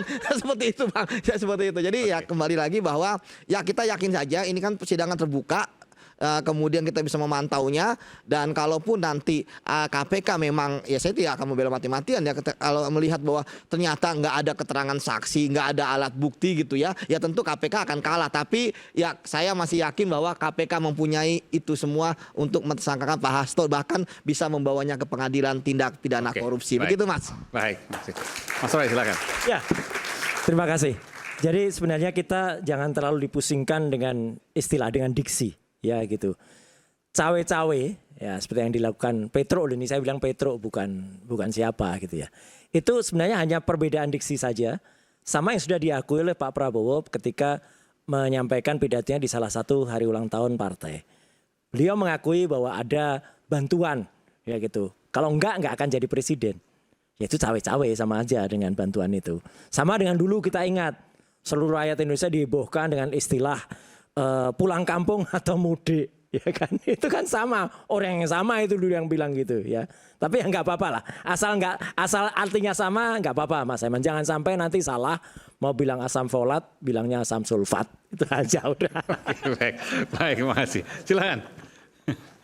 Baik, jadi kalau menurut saya memang sekali lagi ini kan soal positioning dan kepentingan ya. Jadi bagaimana kita berada di posisi sebelah mana, bagaimana kita melihat cara sudut pandangnya. Kalau sekarang Guntur bicara soal bubarkan KPK, dia juga tidak bersuara ketika memang ketua KPK yang lalu, Firly misalnya, melakukan banyak sekali kesalahan. Banyak sekali pelanggaran etika, naik helikopter dan lain sebagainya. Berarti kan bisa diambil kesimpulan, kalau memang dia kawan harus dilindungi, kalau dia lawan harus diberangus, kan begitu loh. Nah ini kan sesuatu yang menurut saya itu ya bebas saja. Guntur mau sampaikan itu juga bebas saja. Bahwa saya juga bisa menilai apa yang disampaikan Guntur kan juga hak saya juga, kan begitu ya. Nah bicara soal Pak Jokowi saya rasa sudah lah. Bahwa Pak Jokowi ini kan sudah selesai, sudah pensiun gitu. Kalau orang datang silaturahmi, temu kangen dan lain sebagainya, dia menikmati hari tuanya dengan baik kan gitu ya, supaya nggak sakit kan gitu loh. Jadi dia ketemu masyarakat daripada dia diam-diam kan gitu loh. Dia ketemu masyarakat dan lain sebagainya, sehat, segar bugar. Dan apa yang disampaikan oleh Denny Sitorus misalnya bahwa itu memang sudah membuat Pak Jokowi marah kan gitu ya. Terus kita juga melihatnya bahwa ini sudah di luar batas ya. Bahwa besok Rampai Nusantara akan melaporkan Denny Sitorus ke Mabes Polri dan MKD, nanti kami sampaikan substansi apa yang akan dilaporkan. Dan hal lain, bicara soal demokrasi, kita harus menjunjung tinggi juga soal hak warga negara. Hak warga negara untuk dipilih dan memilih, itu juga harus dihargai selain soal apa yang disampaikan soal etika dan lain sebagainya. Kan tidak juga misalnya Bung Aiman misalnya, karena bapaknya bupati dia nggak boleh jadi camat. Ini kan juga hak warga negara, kan begitu ya. Yang menurut saya, ya itu bicara soal dinamika politik. Saya bupati, saya nggak. Ya misalnya, kan gitu. Ya ini pribadi, pilihan. Ya itu kan pilihan kan. Tapi bahwa hak warga negara itu harus dilindungi. Boleh kok Mas, sepanjang nggak ngubah aturan itu boleh. Ya. Dan memaksakan perubahan aturan itu boleh. Ya kan kita juga pernah mengalami dinamika Mas Roy, kan gitu ya. Kita tahu bagaimana dulu di 99 PDIP punya 33% suara, tapi dia tidak berhasil menggolkan ketua umumnya menjadi presiden. Itu juga dinamika juga. Dan kita sebagai warga negara harus bisa menerima kekurangan Gus Dur pada waktu itu sebagai presiden yang terpilih secara demokratis. Nah itu kan fakta juga secara politik. Dinamika politik dihadapkan juga bahwa memang ada fakta yang harus kita akui sebagai warga negara itu melalui proses yang mau tidak mau harus diakui konstitusinya terlewati. Kan itu. Jadi kalau menurut saya masing-masing kita memang punya perspektif yang cara sudut pandangnya berbeda Bung Aiman, dan kami sangat menghargai apa yang disampaikan oleh segala teman-teman, tapi kami juga punya sikap tegas, jelas terhadap apa yang akan kami lakukan. Kan? Baik. Bung Rey silakan. Pertama, kalau kawan-kawan mau melaporkan Bung Dedi besok ke Mabes Polri dan MKD, ya saya jelas menyesalkan. Begitu banyak persoalan di Republik ini, masa kasus soal yang begitu Anda harus laporkan ke Barreskrim gitu. Ya Anda laporkan tuh OCC Arfi, Blok Medan, itu pagar bambu kok masih sampai kepala desa. Itu Pertamina masih 9 orang dan sebagainya. pergunakan dong kekuatan yang ada pada dirimu itu untuk bertindak lebih besar dari sekedar ya mengadukan saudara Deddy Sitorus gitu loh. Ini sedih kita melihatnya gitu loh. Sedih kenapa gitu? Karena ada kekuatan besar bertindak kecil. Urusannya hanya individu. Padahal di belakang dia itu puluhan, ratusan, bahkan mungkin ribuan orang. Ayo pakai kekuatan itu untuk benar-benar menghantam apa yang disebut tadi oleh Bung Noel sebagai tikus-tikus negara. 1.000 triliun, Bung. Masa cuma 9 orang sebagai tersangka?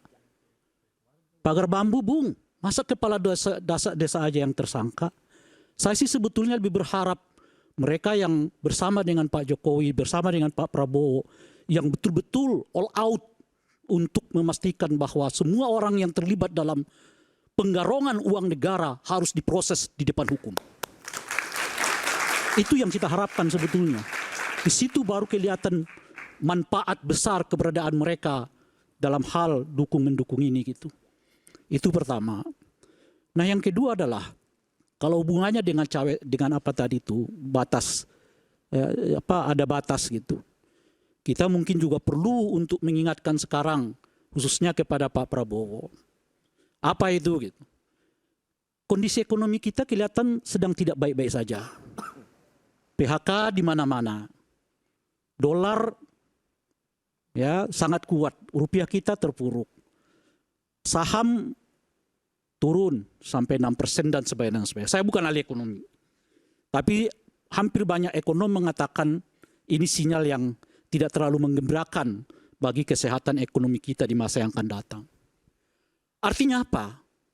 Cukup dulu Pak Prabowo fokus saja dulu urus ekonomi. Supaya apa yang di depan mata kita ini terlihat seperti peristiwa yang apa namanya itu ya mungkin menyeramkan dan sebagainya itu bisa kita lewati. Oleh karena itulah hal-hal yang katakanlah misalnya tidak sepenuhnya berhubungan dengan pemenuhan ekonomi ini nggak usah diprioritaskan dulu. Apa itu? Antara lain soal revisi undang-undang TNI yang justru menimbulkan gejolak di tengah masyarakat, di tengah persoalan ekonomi kita yang sedang memburuk. Maka dan oleh karena itulah saya meminta kepada Pak Prabowo hentikan pembahasan RUU TNI karena itu justru menambah persoalan di dalam bangsa kita. Apa urgensinya? Apa signifikansinya sehingga kelihatan itu harus ya dibahas dengan sesegera mungkin, di mana justru supremasi sipil ya terancam akibat makin meluasnya keterlibatan TNI di dalam ranah sipil. Kita ini kan kawan-kawan sekalian ya, kesulitan kita itu. Kita mau masuk politik, dinasti politik udah merajalela di sana. Kita mau bidang ekonomi, oligarki dengan para taipan sudah masuk di sana. Kita mau menjadi pejabat, TNI, Polri juga ikut-ikutan ke sana. Bagian kita itu apa? Mau komisaris harus jadi Jokowi mania dulu mungkin, Prabowo mania dulu mungkin, baru dapat jabatan komisaris. Lalu kita ini ke bagian apa? Itulah kawan-kawan sekalian makna dari saya betul-betul tidak setuju pada dinasti politik. Karena membuat fairness dalam salah satu prinsip pemilu yang paling penting itu tidak dapat terwujudkan. Yang membuat kita semua sekarang terkungkung, mau masuk politik, udah anak si anu di sana, anak si anu di sana, istri, suami, cucu, kakek, paman dan sebagainya di sana itu. Ekonomi dua kasai, apalagi komisaris, teman-teman presiden, apalagi yang tidak dikuasai oleh orang-orang sekitar istana itu. Nah yang bisa kita harapkan itu cuma satu. Pak Presiden fokus, tunda dulu, bahkan hentikan pembahasan revisi Undang-Undang TNI. Ayo sama-sama kita perbaiki ekonomi sehingga dengan begitu kita tidak mengalami nasib yang kesekian kali terlambat untuk maju sebagai republik yang sama-sama kita idamkan ini. Baik, terima kasih. Bung Noel, silakan terakhir. Oke, terima kasih. Harus jadi komisaris, harus Jokowi mania. Itu pernyataan yang sesat tuh sebetulnya. Karena saya pernah jadi Jokowi mania dan jadi komisaris utama, dipecat di era Jokowi. Saya bahkan diteroriskan. Tidak ada orang yang seperti saya sebagai pendukung kekuasaan malah difitnah dan dihina. Tapi saya tidak kecil hati. Bung Roy tahu ya kan, waktu saya diteroriskan, saya orang Kristen pertama di Republik ini yang diteroriskan. Dan atas jabatan saya dicopot hak perdata saya. Tapi saya tidak kecil hati. Gara-gara membela sahabat itu. Membela kawan saya Munarman, FPI. Nah, untuk soal hal yang kayak begini ini kan soal Hasto, ini kan soal sandra menyandra ya. Dia berharap Bu Mega bisa ikut dalam proses hukumnya dia. Ternyata Bu Mega juga tidak mau. Kemudian banyak cara yang lain diadu domba antara Mega dan Pak Prabowo, nggak bisa juga. Adu lagi Prabowo dengan Pak Jokowi, nggak bisa juga. Akhirnya sebarlah hoak. Kita punya bukti besar. Sekarang bukti itu sudah kita simpan di Rusia, di bawah Makoni. Ternyata bohong juga. Jadi semua orkestrasi-orkestrasi yang disampaikan, sebetulnya ini penyesatan terhadap kita yang selalu menonton drama-drama politik yang sebetulnya memalukan gitu. Kita sudah sangat memalukan lah, sudah muak tadi kayak ada orang yang tegap, besar, mengirim pesan, ada 9 orang yang akan menjadi target. Mungkin salah satu atau 2 yang menjadi target itu Dedi kali ya, Dedi Sitorus itu yang menyampaikan. Karena dia juga pejabat penyelenggara negara, ingat. Ketika dia kampanye, dia menjadi anggota dewan, dia pakai helikopter tuh. Nah kita tahu tuh duitnya dari mana, cek aja. Petugas penegak hukum bisa ngecek itu dari mana itu duitnya. Saya kira nggak fair kalau nggak ada orangnya kita. Ya nggak apa-apa, nggak. Ini kan ngebahas soal Dedi gitu loh. Gitu ketiga juga, ya kita jangan lupa sejarah bahwa ya ini kan lucu nih para maling-maling ini mau teriak-teriak gitu loh. Bahwa kami ini dikriminalkan, enggak lu penjahat udah, nggak ada urusan. Tadi apa yang disampaikan Mas Yudi tadi, nggak mungkin penegak hukum itu melakukan tindakan tanpa memiliki 2 alat bukti. Itu udah pasti. Mereka tidak mau sembrono dalam hal-hal itu. Jadi sudahlah, jangan lagi disandra bangsa ini, pemimpin bangsa ini, karena perilaku kriminal siapa ini, si Hasto ini. Kemudian KPK harus dibubarkan, buset hebat banget. Sekelas Hasto kemudian kita korbankan KPK, banyak orang-orang yang punya integritas, ya kan? Ya karena KPK sudah jadi alat politik, Bung. Ya emang itu produk politik sendiri ya. Loh. Itu produk politik. Bukan, yang maksud Itu alat produk politik yang itu adalah ingat sejarah KPK yang itu mendirikan KPK itu tumpul Bu ya Mega. ke Anda. Itu Bu Mega. Loh. Sadar sejarah KPK dulu yang lah. lama, Bung. Ya, Bukan KPK yang sekarang. penting kok KPK sekarang atau dulu gimana sih? KPK yang udah sekarang KPK itu udah diri Bu revisi. Mega. Ini Gitu closing loh. statement, baik. Tapi pesannya sudah Sekarang sampaikan tadi. KPK itu tumpul ke partai Anda masalahnya, gitu loh. Partai saya? Apa urusan dengan partai saya? Orang Gerindra kan? Dulu Kalaupun saya Gerindra kenapa? partai mana dulu? Kalau Apa urusan dengan partai mana saya? ini? PSRBI aja nggak ada penerapan tersangka sampai sekarang. Kalau sekarang ke partai Noel, kalau dulu ke partai mana ini kumpulnya ini? Ya pasti sudah lah, nggak usah drama-drama lagi lah. Jalani proses hukum lah. Episode ke depan. Saya Aiman Wicaksono, terima kasih pada para narasumber. Kita bertemu rakyat bersuara pekan depan. Salam.